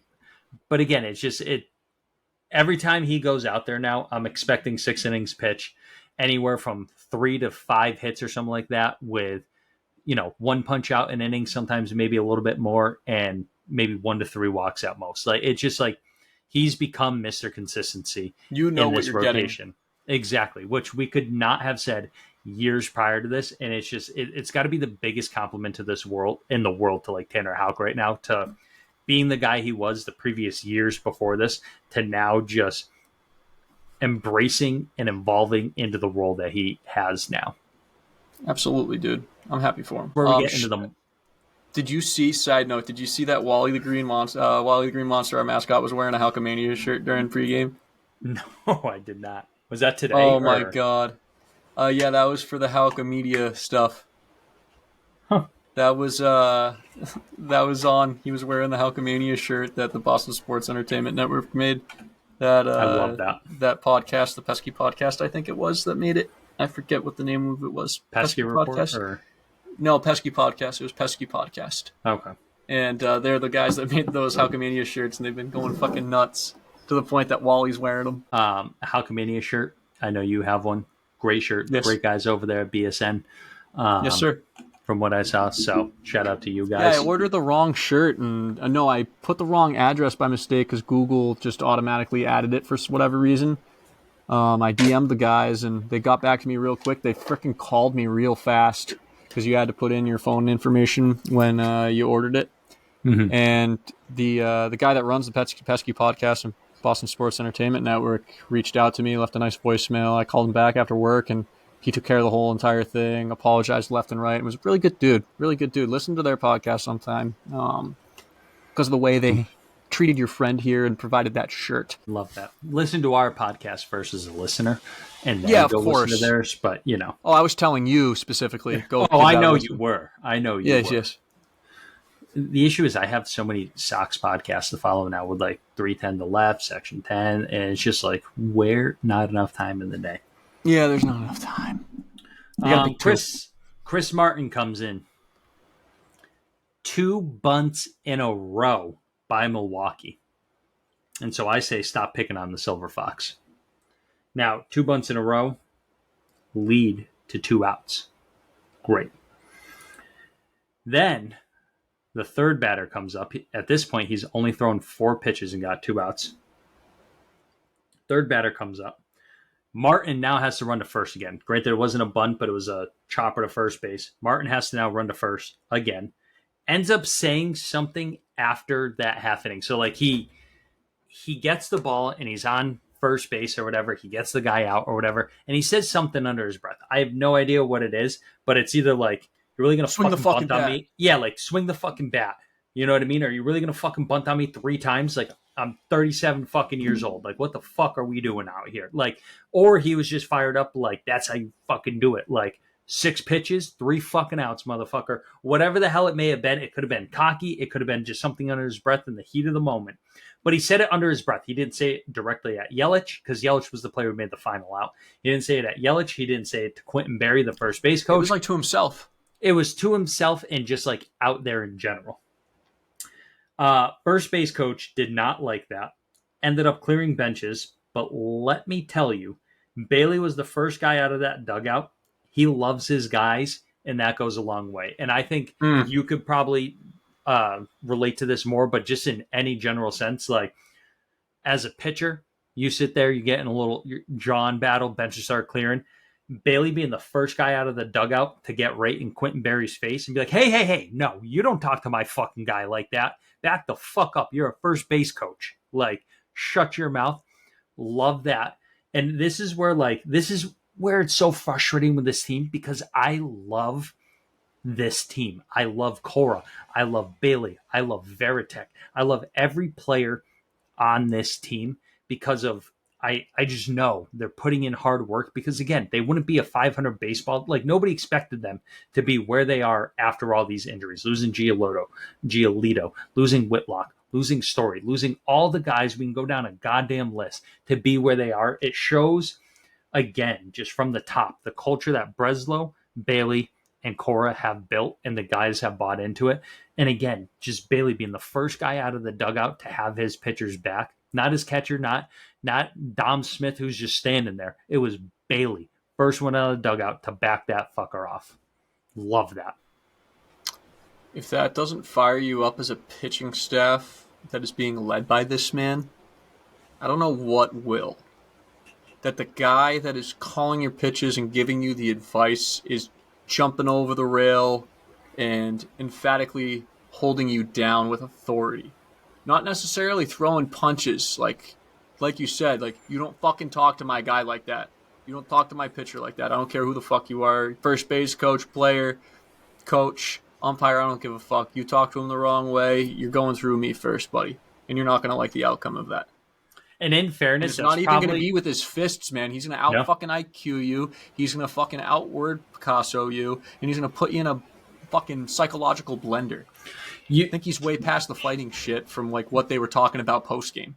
Yeah, and to this point too, like, I don't know if you feel this way, but this is something that has been running through my mind. So I watch a lot of baseball outside of the Red Sox, and I watch any pitching coach like stroll out to the mound to go talk to their pitcher, and I'm like, we got fucking Andrew Bailey. Like, this pitching coach sucks. He's probably out here going like, hey, we gotta go out there and just keep the ball low to this guy, right? We're gonna start him off with 2 breaking balls and then hit him with an outside fastball, whatever the hell it may be. Like, they're talking strategy, game plan, and I know Bailey does that, but like, when I look at any other pitching coach, my first thought goes to this guy's a loser compared to Bailey. Like there's I think he's Andrew a puppet most Bailey. of the time.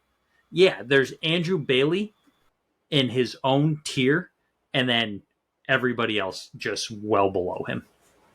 Yeah, from what we've seen this year so far, and like what we were experiencing with the Bushinator last year, it's in his own realm, his own tier beyond belief. And it's just the buy-in that it's clearly visible. The buy-in he gets, it's so much different than any other pitching staff that we've seen in recent memory. But like I go back to that one time where I told you we had talked about it, but there was a rundown between third and home, and so Bailey came out to give his guys a minute to catch their breath and stuff.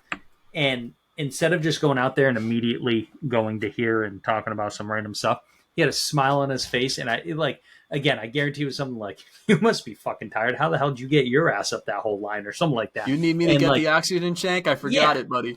Like, there's one thing I will say. This is I caught 1 year in 7th grade because nobody else wanted to catch, and I was like, screw it, chance for playing time. I know how to catch a ball, so I worked on catching.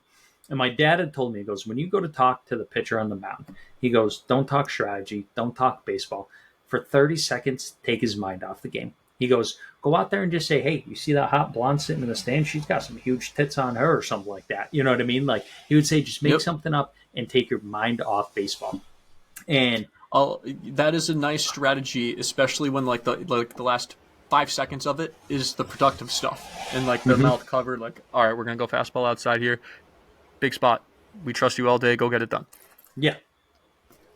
And then that brings them right back to it, and they're like, all right. And they feel relaxed and a little bit more comfortable out there. Exactly. And like that to me is like, I feel like a pitching coach. I don't know if this is the case at the major league levels, but like at the college level, you're a pitching coach, but you're also like a therapist, because obviously at the collegiate and high school level, like pitchers live and die by like every stat that they have and stuff like that. And your job is to walk them off the cliff or back them off the cliff instead of stepping over the cliff. And I feel like that's a huge job of a pitching coach. Again, I don't know what it's like at the major league level, but again, I always go back to that time of just Bailey walking out there with a smile on his face. And that is the only time I can say I feel like I've ever seen that, with a pitching coach walking out there with a smile on his face, cracking a joke to ease the mood, ease the tension and stuff like that, instead of just immediately going to the hand. Yeah. Yep. And so I love that. And that's where I see any other pitching coach go out to go talk to anybody, and I'm just like, you're a loser compared to Bailey. Like, Bailey has personality, and he has chemistry with his boys. You got to have that middle porridge as a coach, especially when you're not the head guy. You got to have that little even porridge of it, and he seems to have it perfectly. All the other guys are a little too buttoned up, it seems like, and too professional. And like, I mean, I know Core is not like this, but a lot of head coaches are like, you know, I don't know what it's like at the professional level and stuff like that, but like head coaches are, you know, Coach Strada, Coach Mack, whatever it is, it's very professional. When you're an assistant coach or like a pitching coach or something like that, sometimes like you start to build relationships with the players, because now they start to come to you with issues, whether they're having issues with the team personally or with the head coach. Like you're their area to let them bounce stuff off you, so that instead of going all hot into the head coach, like, why am I not playing? Or, you know, why the fuck you pull me in this game, whatever the hell it may be, they bounce it off you first. And then you put a little perspective into them, and they're like, yeah, that makes sense. I'm going to go and work harder, whatever the hell it may be. And Bailey, I feel like Bailey has that with not just the team, but like the pitching staff, especially. Like, no doubt. Just the buy-in is very clear, as you said, by this team. Despite the little downtick in production in May, I'm all in on Bailey still, and what his vision is for the present and future of this Red Sox pitching staff and the organization as a whole on the pitching front.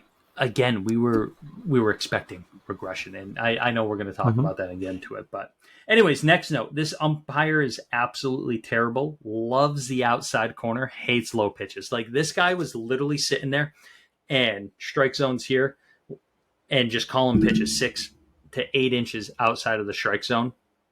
But literally, a ball would come across the zone low and nothing. So like, there was one at bat where Raffy was facing Everson Pereira or something like that, or Figueroa, whoever the hell lost the game for them or whatever. And he got called a high and outside strike. And Devers was like, did his typical like umpire. And then Come on, Papi. Come on, Papi. next pitch goes low and inside. It paints the low inside corner on Raffy. Does not call it whatsoever. And Raffy's now like, really? Like, you're going to call that one, but not that one? And then third pitch, he goes high and outside corner again, now forcing Raffy to swing because he knows he's going to call it. Ends up Kane him on 3 high and outside pitches. Umpires were just terrible, and they have been the past few games for the Red Sox. Little Raffy may not get a lot of hits, but they are always big hits. Leadoff double, bottom of the 8th. And immediately after that, and just like that, the Angry Lizard gets a single to make it 2-1, bottom of the 8th. So that gives the Red Sox a lead. And let me tell you, again, Little Raffy may not get a lot of hits, but the hits that he does get are usually hits that are like doubles that lead off an inning to get a run in there, or they're driving in an important run. Like, they may not be a lot of hits, but they are big hits. Timely hitting, man. One thing the Red Sox have been missing. Rafi seems like he's starting to get on the right track with this throughout the year. It seems like he's the one that's consistently stepping up in these late game scenarios, whether it's starting it or finishing it off with that clutch RBI. And when it's not him, it's normally Duran. I'm excited you know?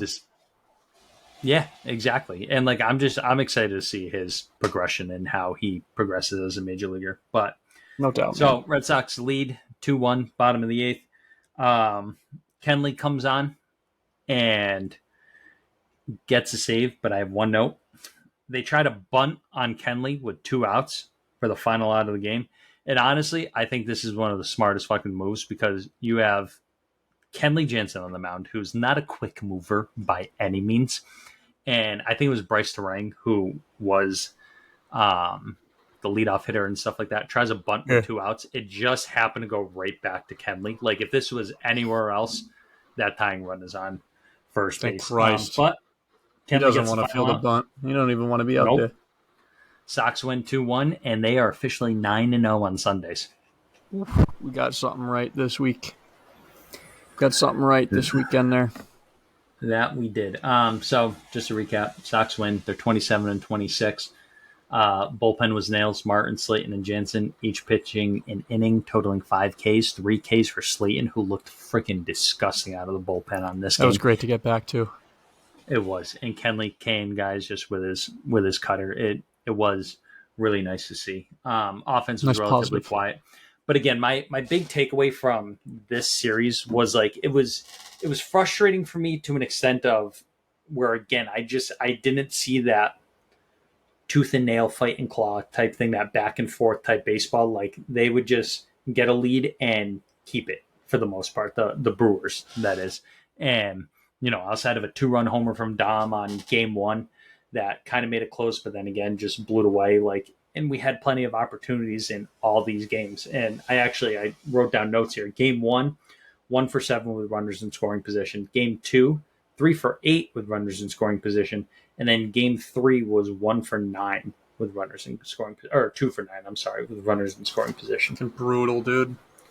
It's just, it's polarizing. I'm going to say it every fucking episode, apparently. It's just, it's frustrating because it's like, we know what this offense is capable of, even with a freaking group of misfit toys. They still can go out there and do damage and put up runs and stuff like that.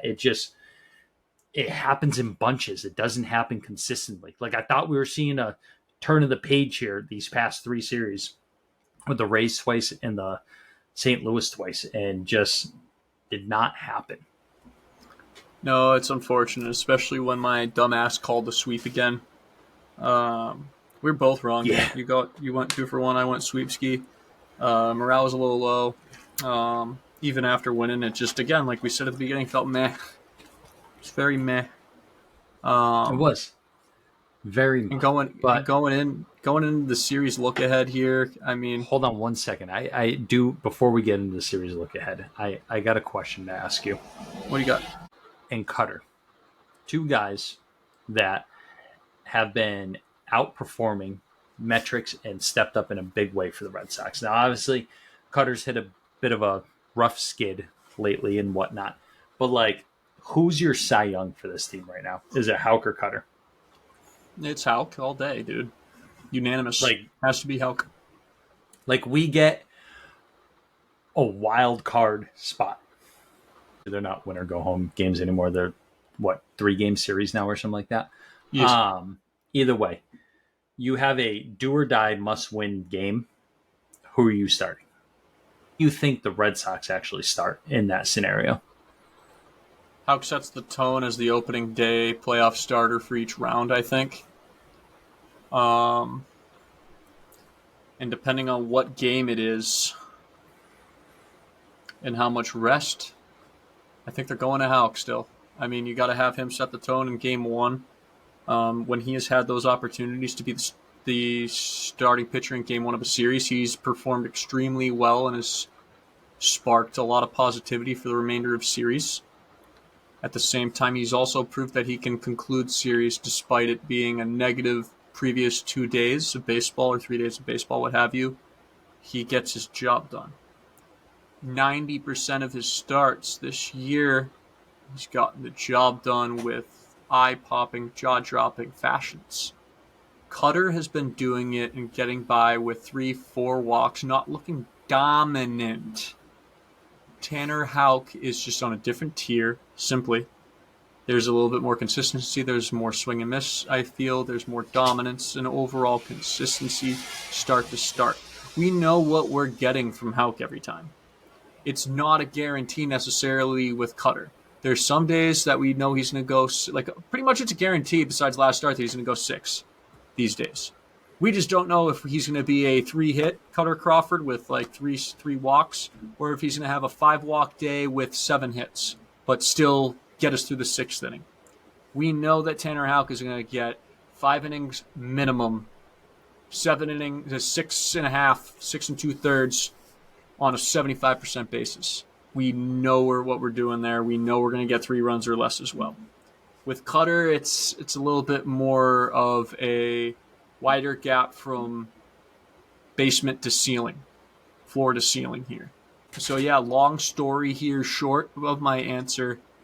I'm going Tanner Houck in an elimination game. He has more of the playoff experience as well out of this pitching staff, taking out Nick Pivetta because he wasn't in your question.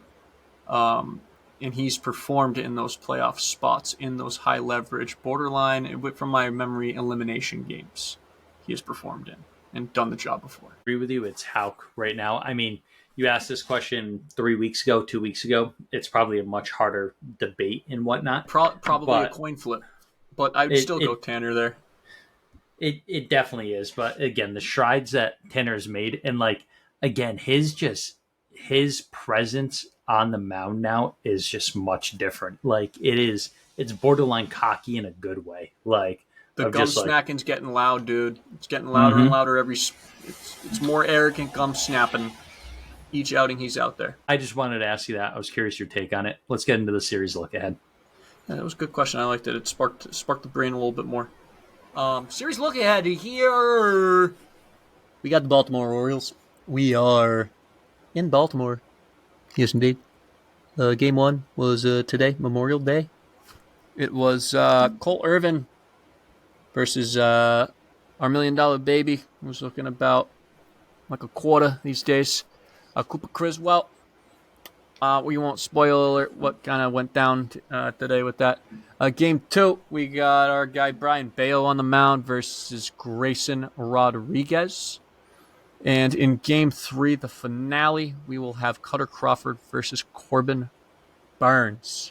To break down the games, game by game, a little more specifically here, let's rewind back to Game 1, the Irvin and Criswell matchup. Coop going in this game, 2.86 ERA, 2-1 record, 34 2/3 innings pitched to 34 strikeouts. Last start, 21st against the Rays. He had a nice little bounce back outing against them. got his little revenge, quote unquote, against his old team. 5 1/3, 6 hits, 2 runs, 6 Ks to a walk. Has not allowed more than 3 runs in a single outing all season long. That's a nice little nug right there on our $1 million baby. Hopefully he continues that. Irvin is 4-2 on the year with a 3.15 ERA, 45 2/3 innings, 30 strikeouts, 8 walks, 42 hits. Last start against St. Louis, 3 1/3, 6 hits, 5 runs, 3 earned, 2 Ks, no walks, and took an L. 4 starts with 0 earnies, and has only allowed 5 earnies in his last 6 starts. 3 of them coming from the last outing against St. Louis. So he's been very, very nails, despite not having much swing and miss here with the 30 Ks through 45 2/3 strikeout to walk ratio. Spoiler alert, the Red Sox lost in poor fashion, 11 to what today?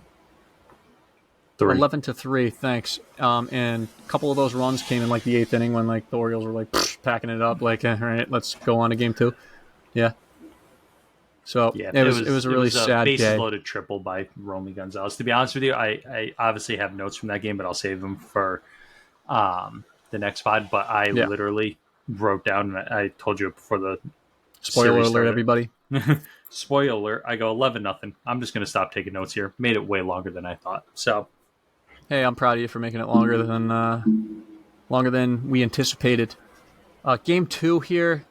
Now that we're down 0-1 in the series here with the spoiler alert, Brian Bayo versus the Grayson Rodriguez outing. Bayo is 5-2 with a 4.04 ERA this year, 42 1/3 innings pitched, 37 Ks to 13 walks, 36 hits allowed. Last outing against Tampa, 6 innings, 4 hits, 3 runs, 4 walks, 6 Ks, but found a way to get the win. Grayson Rodriguez is a 5-1 record guy right now at the 3.2. God damn, dude. 45 innings pitched, 51 Ks, 20 walks. Well, he's figured it out after last year's rookie year.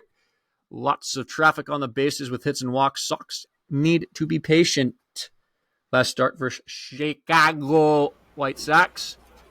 5 innings pitched, 3 hits, 2 runs, 7 strikeouts, and 5 walks. Ended up getting the win. And then in game 3, we have Cutter versus Corbin Burns. Cutter had his worst start of the year on SoxHub Boys Night at Fenway Park. But he's 2-3 on the year. His ERA is now at a 2.89 and 62 1/3 innings pitched, 61 Ks, 20 walks. Has allowed 4 home runs all season, and they have come all within his last 5 starts. Keep in mind. On the other end, Corbin Burns, 4-2 record, 2.6 ERA, 65 2/3 innings pitched, 66 strikeouts, 17 walks. So you're kind of looking relatively similar shit there, which is kind of cool for Cutter Crawford here. Same amount of home runs allowed too. 4. Yeah, that's quite intriguing here. Burnsies are obviously spread out, not comparison to Cutter's. He loves the hit. I think he has 3 leadoff home runs.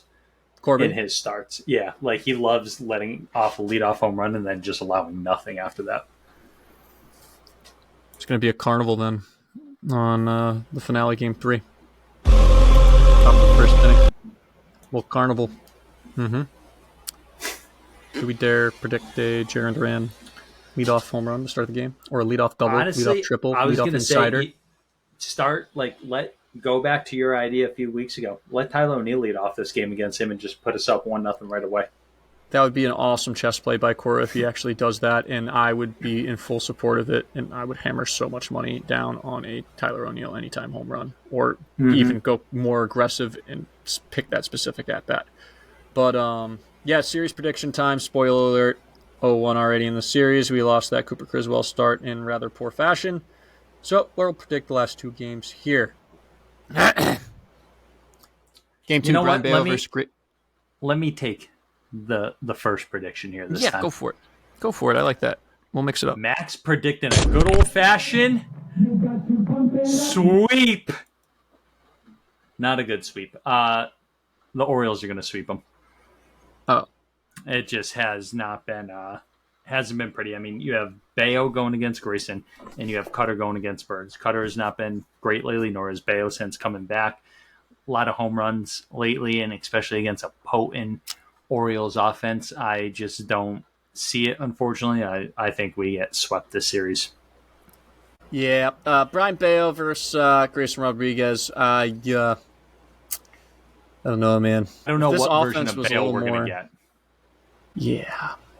Normally, when the Red Sox have a shitty game on offense for like 2-3 games straight, they normally even it out with like 2-3 good offensive games or a week stretch. Do they not, man? And It we've gone seems to through be like a that 3-4 case. game stretch of like dog shit offense for the most part here. Hopefully, they can turn it around in these last 2 games. I think they can see the opportunity here that they need to prove that they can do it against top teams because they haven't been doing that this year at all. They see the AL East opportunity in front of them. They understand the kind of type of negativity that is surrounding them with their record against AL East teams outside of the Tampa Bay Rays here. I think Brian Bayo can step up and have a really good day and provide an opportunity for the Red Sox to win this middle game, this Oreo cream game, being the sandwich one. Grayson Rodriguez, like you said, as long as we're patient, man, like there's a lot of traffic on the bases with the hits and walk totals, specifically in his last start against a dog shit team in the Chicago White Sox. I 5 do walks. think Cora, not if Cora's smart, because Cora is smart, but I'm curious to see the lineup that he rolls out tomorrow. If it's going to include guys like Duran, David Hamilton, Romy Gonzalez, like speed guys that can, when they get on, cause a lot of havoc on the bases and whatnot. I don't think it will be a force runs. I don't think it'll be a Dom Smith or Garrett Cooper day at first base. I think that's when you're going to see a little chess play by Corey, and he's going to put Romy there for a little extra speed opportunity, a little extra stretch of single into a double opportunity right there. Nice little stolen base late in the game off of a walk in Grayson Rodriguez's last inning of work that then gets us into runners in scoring position with less than 2 outs for Rafael Devers to do something cool. Can 110% see that out of Alex Cora. And, great minds think alike, Mac, and I can see him mirroring your statement right there all day long. That would be the smart move against a guy like Grayson Rodriguez with that much traffic. And you're not even talking about guys that suck at hitting here, too. These guys can all get on base and have proven it multiple times. And they're doing it late in games, too, those guys that you're specifically mentioning as of late. David Hamilton, like we talked about, has been hitting pretty damn well lately and playing a good defense. Jarren Duran, although he's cooled down a little bit, he looks smoother, very comfortable at the plate, and his speed is just game fucking changing.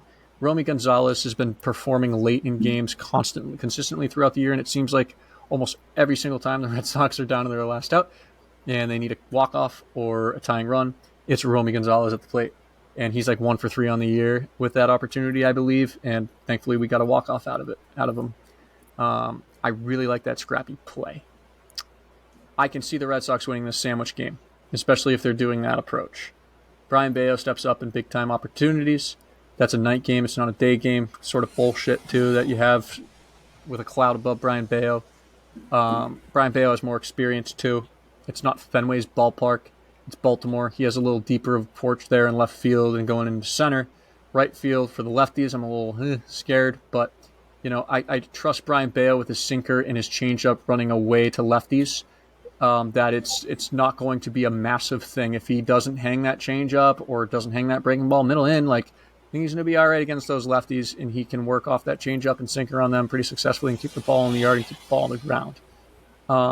It's a really unique opportunity for Bayo to kind of flip this script with Cutter flopping a little bit in his last couple of starts, not being as consistent as he was at the beginning of the year, for Bayo to turn into that, like, hey, I'm still here, guys. Like, you guys haven't really talked about me much. I'm like still doing my thing. I'm 5-2. Like, I know I got a 4.04 ERA, but motherfuckers, I'm about to bring that down to a 3.7 after this start, and I'm about to be 6-2. Can you guys start giving me a little bit of love? Because everybody else has been, but this motherfucker who has been here since all this bullshit's been going on. Game 3. I have no confidence in this one. We're getting our dicks pushed in. Cutter is going to have another, I hope, like a bounce back game, but I don't think so. I think a sweeper will be on and he'll have swing and miss stuff, but this offense is too good, and I think Cutter has been doing so well that there's like some severe regression coming with him and Nick Pivetta. Like Nick Pivetta, dude, like you go look at his stats, not to like mirror Section 10 here, but he's been a 4 to 4.5 ERA guy since he's been in the Red Stockings. Like, what are we going to expect, dude? Like, he's going to all of a sudden turn around, he's going to have a fucking 2.5 here or 3 ERA. He was your Cy Young pick at the beginning of the year for this team. but like that was really optimistic. Trotted hot after the Seattle Mariners opening outing, where he was just a menace. But like, man, you get like those really high highs with Pivetta, and you also get these really low lows like we experienced the other day.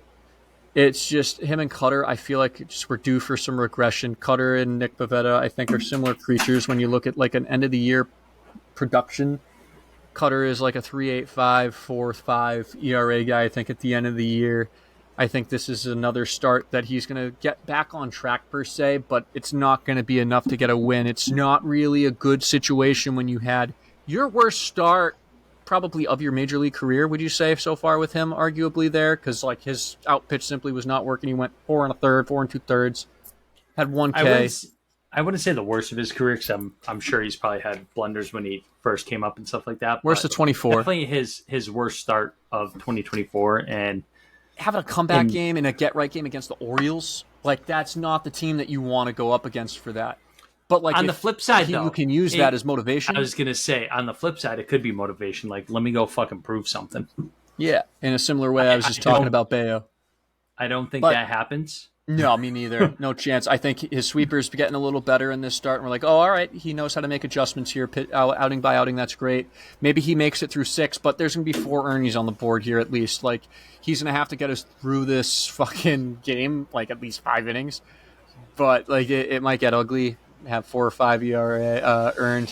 He might have like a 3.3 ERA, 3.5 after this game. It might get a little scary, but last time Burns pitched against us, he was pretty fucking good, and I don't think that is going to change, especially with it being a home game and a finale in the series for him to just freaking smack us across the whole entire field and make sure we leave there with no fire in our hearts and souls. Out of 3 here?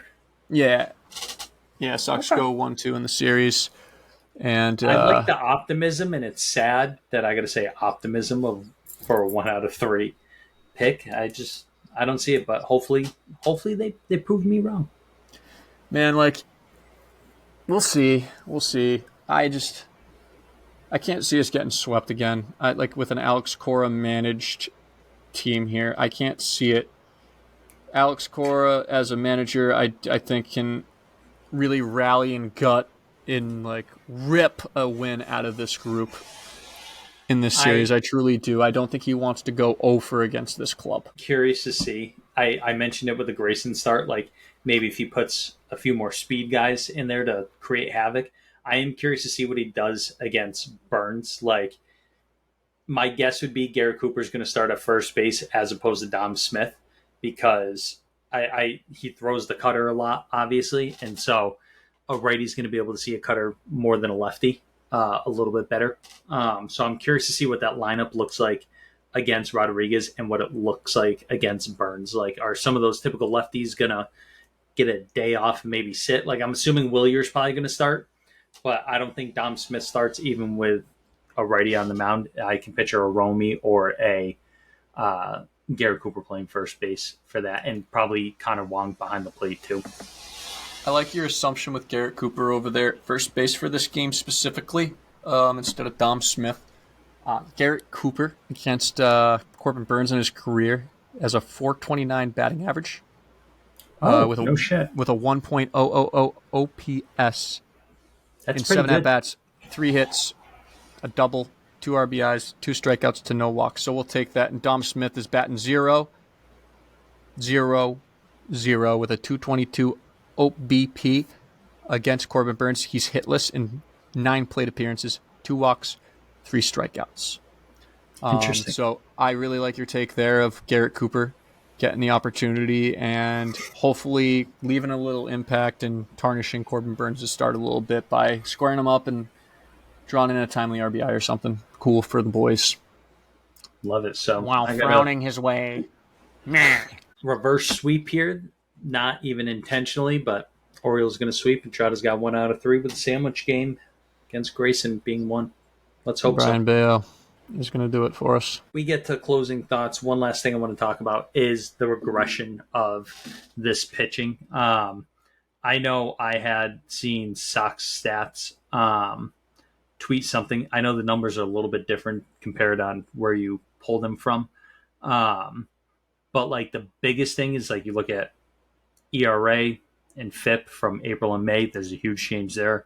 I'll let you dive into that. But the biggest regression stat that I'm looking at is obviously the ERA has jumped up a little bit, but the home run to fly ball rate in April was 7%, and in May it is 17%, with the league average being 11.3%. So I'm curious to see how Bailey kind of counteracts this a little bit, to see what his game plan is going to be against teams moving forward here, and with his pitchers especially, because I'm curious to see if he actually makes an adjustment, because we had talked about this a few pods ago.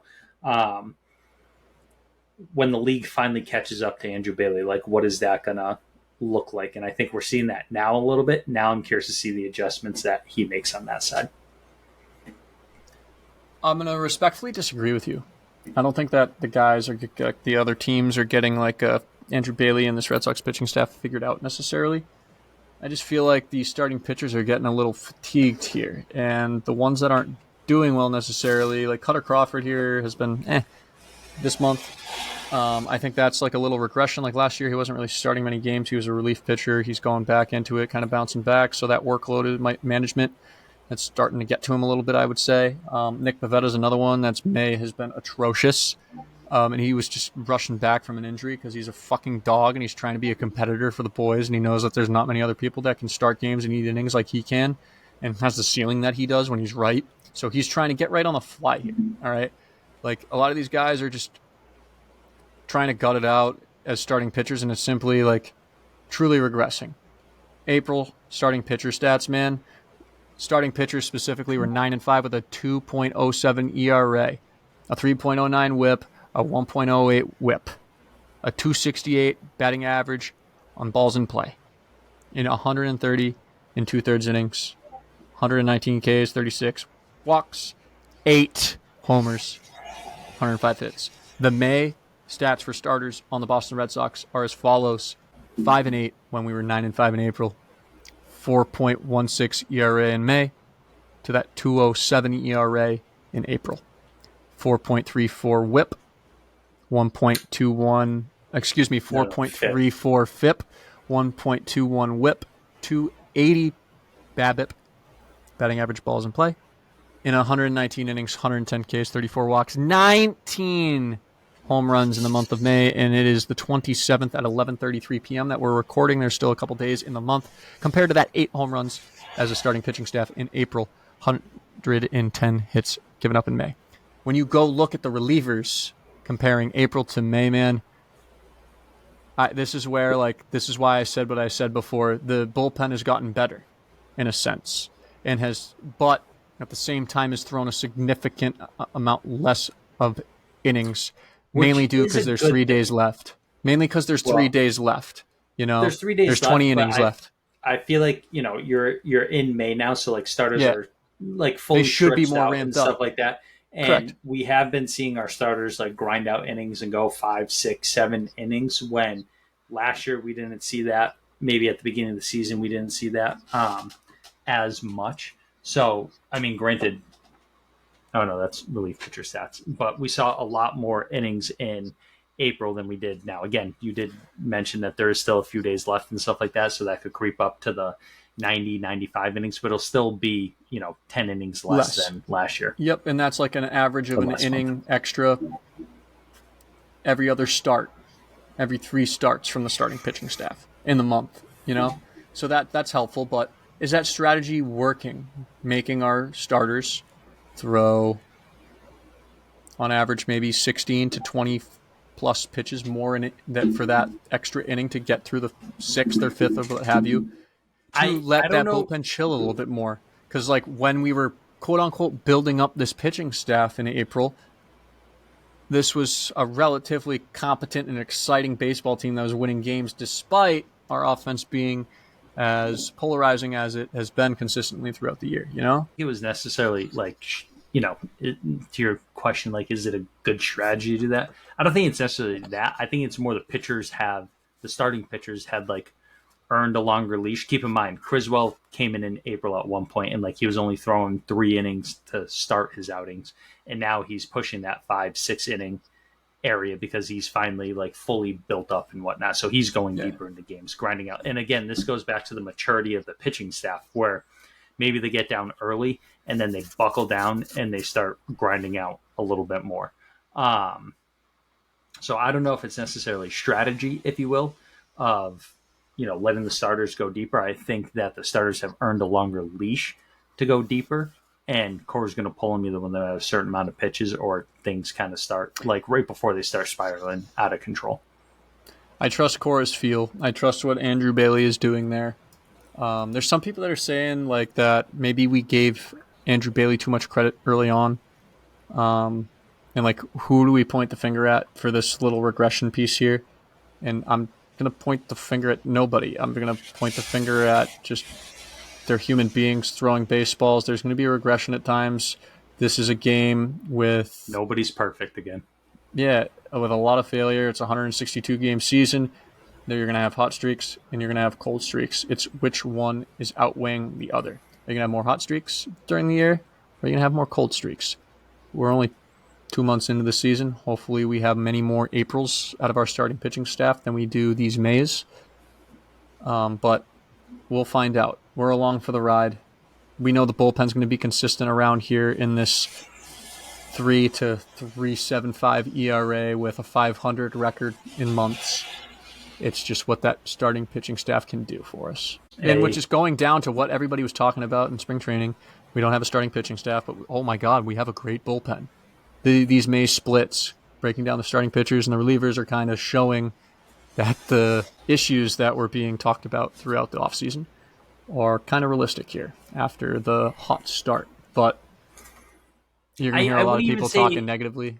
We're not. I wouldn't even say it's an issue, though. I mean, like, they're probably right at or just below league average when it comes to these numbers in the month of May. You know what I mean? Yeah. The only downside is obviously they doubled their home run rate pretty much. Yeah, that's not a good look. But the relievers haven't. The relievers cut it down. April, Yep. they had 11 home runs. In May, they've only given up 4. Again, 20 less innings, but still, even if you account for it, like maybe that's only a handful. That's 6. More. That's 6 home runs. Yeah. 7 home runs to that 11. I would anticipate it being a 5 by the end of May, right there. 5 to the 11 with 95 innings compared to the 105 and a third from April. But that FIP is impressive from the relievers with a 2.91 this month. They've been really doing a great job. It's really cool. My last closing statement for this, like calling out somebody very specific in that bullpen who's really cooled off after a very hot month of April. Justin Slayton. It was so fucking awesome to hear you talk about him and to watch that on like the quick little recap games that MLB TV puts out that I like to watch. It's a little quicker than the Sox in 2 for me. And just seeing him dice again and looking confident walking off the bump after a nice clean inning with multi-Ks. It's just so cool to see that man just fucking dominating again. And that's an X factor. Yeah, I think he's going to be a guy that, like, once again, this is his first season ever pitching to the bigs. Like, yeah, he never had a cup of coffee or anything. They were just like, you're on this team. Like, go out there and do it. So I'm excited to see his progression and his maturity as a pitcher because he's only 25. Like, there's a lot of room to see some big time, man. Some big. I just hope they don't try to make him a fucking starter or something. They better have learned from the Whitlock shit, man. I swear to God. All right. Let's wrap this thing up because we're approaching 2 hours here. Any closing statements you have here? Yeah, we got to change the promo. Well, not us, like Gino from Gino's Candles needs to change the promo a little bit. I've been getting reached out to up the wazoo about these candles, and Gino reached out, Mac, and we're running him in the ground with the buy 7 get 1 free. They're completely going off the shelves. He's run out of inventory, and he asked us to kind of chill for him for a second for one pod. That's why we haven't really announced Gino here in his lovely Italian candle shop. He needs to restock, and he's changing his promo a little bit. So instead of it being 7 candles, get 1 free, He is unfortunately changing it to buying 2 crates of candles. You get your 3rd crate free. If you're thinking of Crates crates, too. I've they're seen storage them. crates. Yes. They're storage So crates, you're but they are handmade by him again. Yes, so he's taking the wood from the village down the road. He's manually chopping this shit down, making the 2x4s by hand, just like his candles. And he's packaging anywhere between, depending on the size of the Gino candle you're getting, anywhere between 20 and 50 of these suckers in each crate. So you're getting a good bang for your buck. It's just helping Gino out a little bit more, giving him a little bit more time, and just people not buying constantly 7 and getting 1 free. I feel like Gino is in the business plan in mind of I can sell 2 crates a month. These deals are 3 times a month and I'm good. But the goddamn, if they buy 7 candles at a time, I'm working all the day. I can do crates in one crate order a week. There's 4 to 5 a weeks in a month. I cannot do 7 candles with 1 free. I'm working into the ground. Gino needs to hire a little bit of help. And now I just want to throw this out there. This is not a knock on Gino. Gino's working his ass off over there in Italy to get these candles made for you. All right. But what it just comes down to is you guys are just buying them off the shelves. You know what I mean? And they clearly, I've heard a little bit of feedback. There's some high quality candles. They're fantastic. Right? High quality candles. So, but Gino's working on the ground. We're going to try and ship somebody out for an internship from the guys that I train that need some National Honor Society hours or something. We'll send them out for a nice little summer internship. I'm sure Austin Prep will approve of that, or Chelmsford High School or Tewksbury Memorial, sending out a kid. That'd be a great experience. Gino is a great individual that can also educate somebody. He homeschooled all of his 17 children and all of his farm animals, and even himself. Sucks. He educated himself through his whole entire life. So what better man to learn from firsthand than Gino at his Gino Candle Shop? And Lord knows he needs the help right now with all the orders. Gino on here one time. I think Gino would get on here in a heartbeat, man. We've helped him out a lot, grow his business. Into the ground. If we can steal 30 seconds of his candle making time, I think he would come on and give us a nice little sound bit or something, or give the boys a little shout out. But man, it's the least he could do. We've been growing his business up the wazoo for the past 2-3 weeks. He isn't really the type of guy that's going to show a lot of gratefulness, but the fact that he reached out to us, he's like, Jesus Christ, calm down with the promo. We got to calm down and listen to Gino. All right. He came to the Italian wedding this weekend just to fucking tell me this shit. I was like, Gino, what the hell are you doing here, buddy? And, he sung a hell of a That's Amore. He drank about 17 Tito's and sodas. He ate the whole entire fucking oyster bar and just sprinted out of there. And I assume he had to catch the next flight to go back and make everybody's candle orders, that poor bastard. But, man, he dropped by. If you are waiting a little bit for those candles, just give Gino a little bit of patience. That's all we ask. Don't reach out to him because he'll just motherfuck you and tell you to just be patient. So it's best just to stay patient. Don't email or reach out or phone call with any negativity. Just know that Gino is going to provide you the best candle you have ever received in your life. Gino mad. An Italian mad is not a good Italian. No, it's a not. Love it. Any closing thoughts, Mac? 3 small ones. Hopefully we buzz through them really quickly. One of them came to my mind as we were talking about this. I've noticed probably the past week or two, because we talked about the confidence of David Hamilton and stuff like that. He's been playing short a lot more, because now that I'm thinking about it, Rafi's been out in center so much more. So it's been Rafi, Duran in left, and Willier. I've noticed in that. Right. And it's been David Hamilton at short. And that's where, because I'm thinking, because I was thinking about the game on tomorrow against Grayson. And I was like, what could this lineup look like? You have little Rafi short. I was like, wait, he hasn't played short in a minute. David Hamilton's kind of been there quite a bit. That honestly makes our lineup faster with Hamilton at short and Lil Roth in center, does it not? Certainly does. It makes our defense better.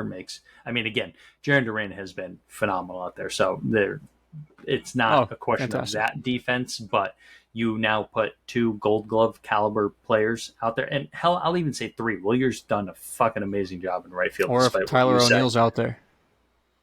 So Tyler O'Neill, Past Gold Glove. he is battling some knee issues right Shit. now. Went for an MRI. That's why we haven't seen him in the lineup today or yesterday. And that could be, since his concussion, I saw the collision with Rafi. I think it was Stats who put it out there. He's had 111 plate appearances since then, and he's batting like 200 at a 40 or 45% strikeout right now. So a Fuck. mixture of the knee bugging him, because we haven't seen him out in the field all that often either. So a combination of the knee and maybe that collision with Rafi might be doing something to him. So hopefully a little time off maybe kind of resets him a little bit, allows him to get back a little bit healthier and whatnot.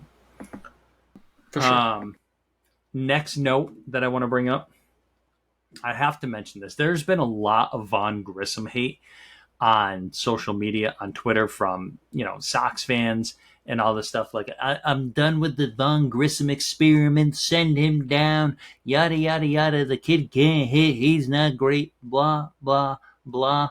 Whatever the hell these guys are saying, they're guys that just clearly don't know baseball too much. Okay, now. What was everybody saying when Emmanuel Valdez was up here? Do you remember? Get him out of here. He sucks. We just got to hold out for Vaughn Grissom to get healthy and ready to play. Exactly. Get him out of here. He stinks. He can't play defense. He provides nothing. Wait for Vaughn Grissom. All that jazz. Okay. Now we have a competent second baseman who's making phenomenal athletic plays out there. What more do you want? And I understand you can only have so many guys in your team where it's like they play great defense. Whatever comes with the bat is a plus. And I think that's a David Hamilton, Vaughn Grissom, Cedane Rafaela type conversation. But again, the guy lost 14 pounds, did not have a spring training. Like, clearly something's off with him. Let's give Vaughn Grissom like the benefit of the doubt here. Okay, he's the youngest player on this team. He's going out there. He's playing much better defense than I thought. Okay, at the beginning of the season, Trotta, you predicted him to win a Gold Glove at one point, and honestly, Yes, I I could see did. that potentially happening much more so than I did a month ago, 2 months ago, beginning of the season, whatever it was, because he's played exceptional defense at second base. So he's doing one thing that Emmanuel Valdez couldn't do. On top of it, the bat is going to come around, okay? As he gets more comfortable, gets more plate appearances, the bat's going to come around. He always had a plus hit tool as a prospect. He hit well. The reason that the Atlanta Braves wanted to move him to left field and shortstop and third base and second base and wherever the hell they could put him was because of his bat. So we know that his bat is not going to stay that bad this long. Now, this year, it's pretty much a wash year. Like, I doubt we make a wild card spot. It would be exciting if we did, and I'm rooting for it, and maybe things flip and turn around and whatnot. But like, let's let Vaughn Grissom get healthy, get right, and all that stuff. Lay off some slack, because guess what? We have no better options. What are you going to do? Send him down and bring Valdez up? I mean, our only other option is Romy Gonzalez at second base, and Romy, as much as I love the guy, is not an everyday player. He's a super utility guy. Is really what he comes down to. Yeah, you don't want him out there every day. No. You don't, and he's fast and all this As stuff. much We as might we have love found him, no, that's not the answer. But like, he has a career 197 batting average in the majors right now, and right now currently he's batting like 275 with 5 or 6 RBIs on this team, no home runs yet, all this stuff. But like, again, what more? I understand you want a bat to come along with Vaughn Grissom. That was all the hype here, and you're seeing Chris Sale have all this success with the Braves right now and whatnot. But keep in mind, Chris Sale's having this success, obviously because he's Chris Sale, but on the flip side, he doesn't have the pressure of being the ace of the staff anymore. He can just go out there and be a number 3 or 4 for this team, and he's outperforming that, which is awesome. Vaughn Grissom now has the pressure of the Boston media, of Boston fan bases and stuff like that, doing exactly what social media is doing now, saying, I'm done with the Vaughn Grissom experiment. This guy stinks. It's not an experiment. This guy's here for the long haul, okay? He's here for the next 5+ years.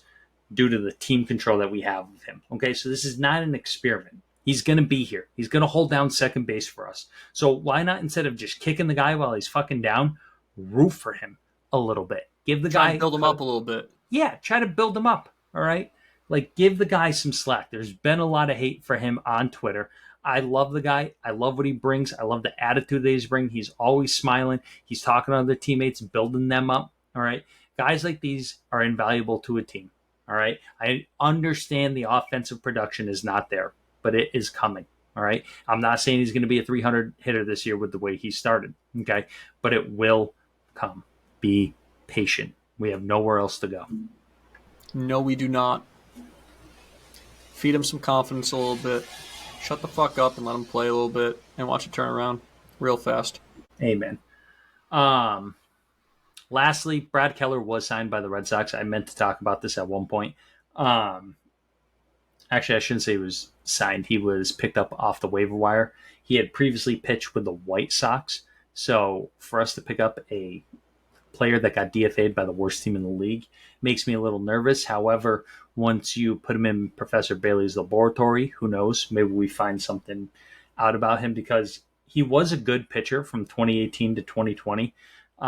He had some really good ERAs. Granted, the FIPS were a little questionable, so the peripherals weren't great. But he was a serviceable pitcher for the Kansas City Royals.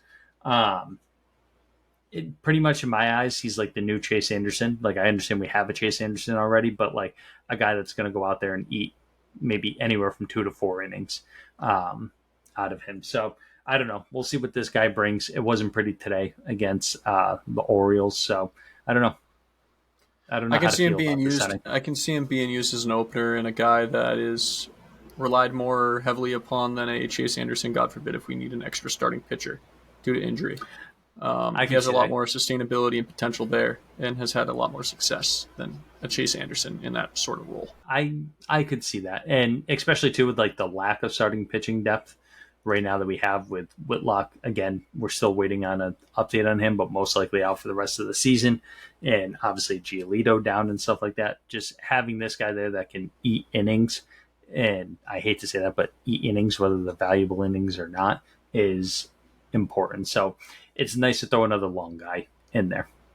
Without a doubt, man. You don't want to be burning Bernardino or Boozer or Weissert, etc.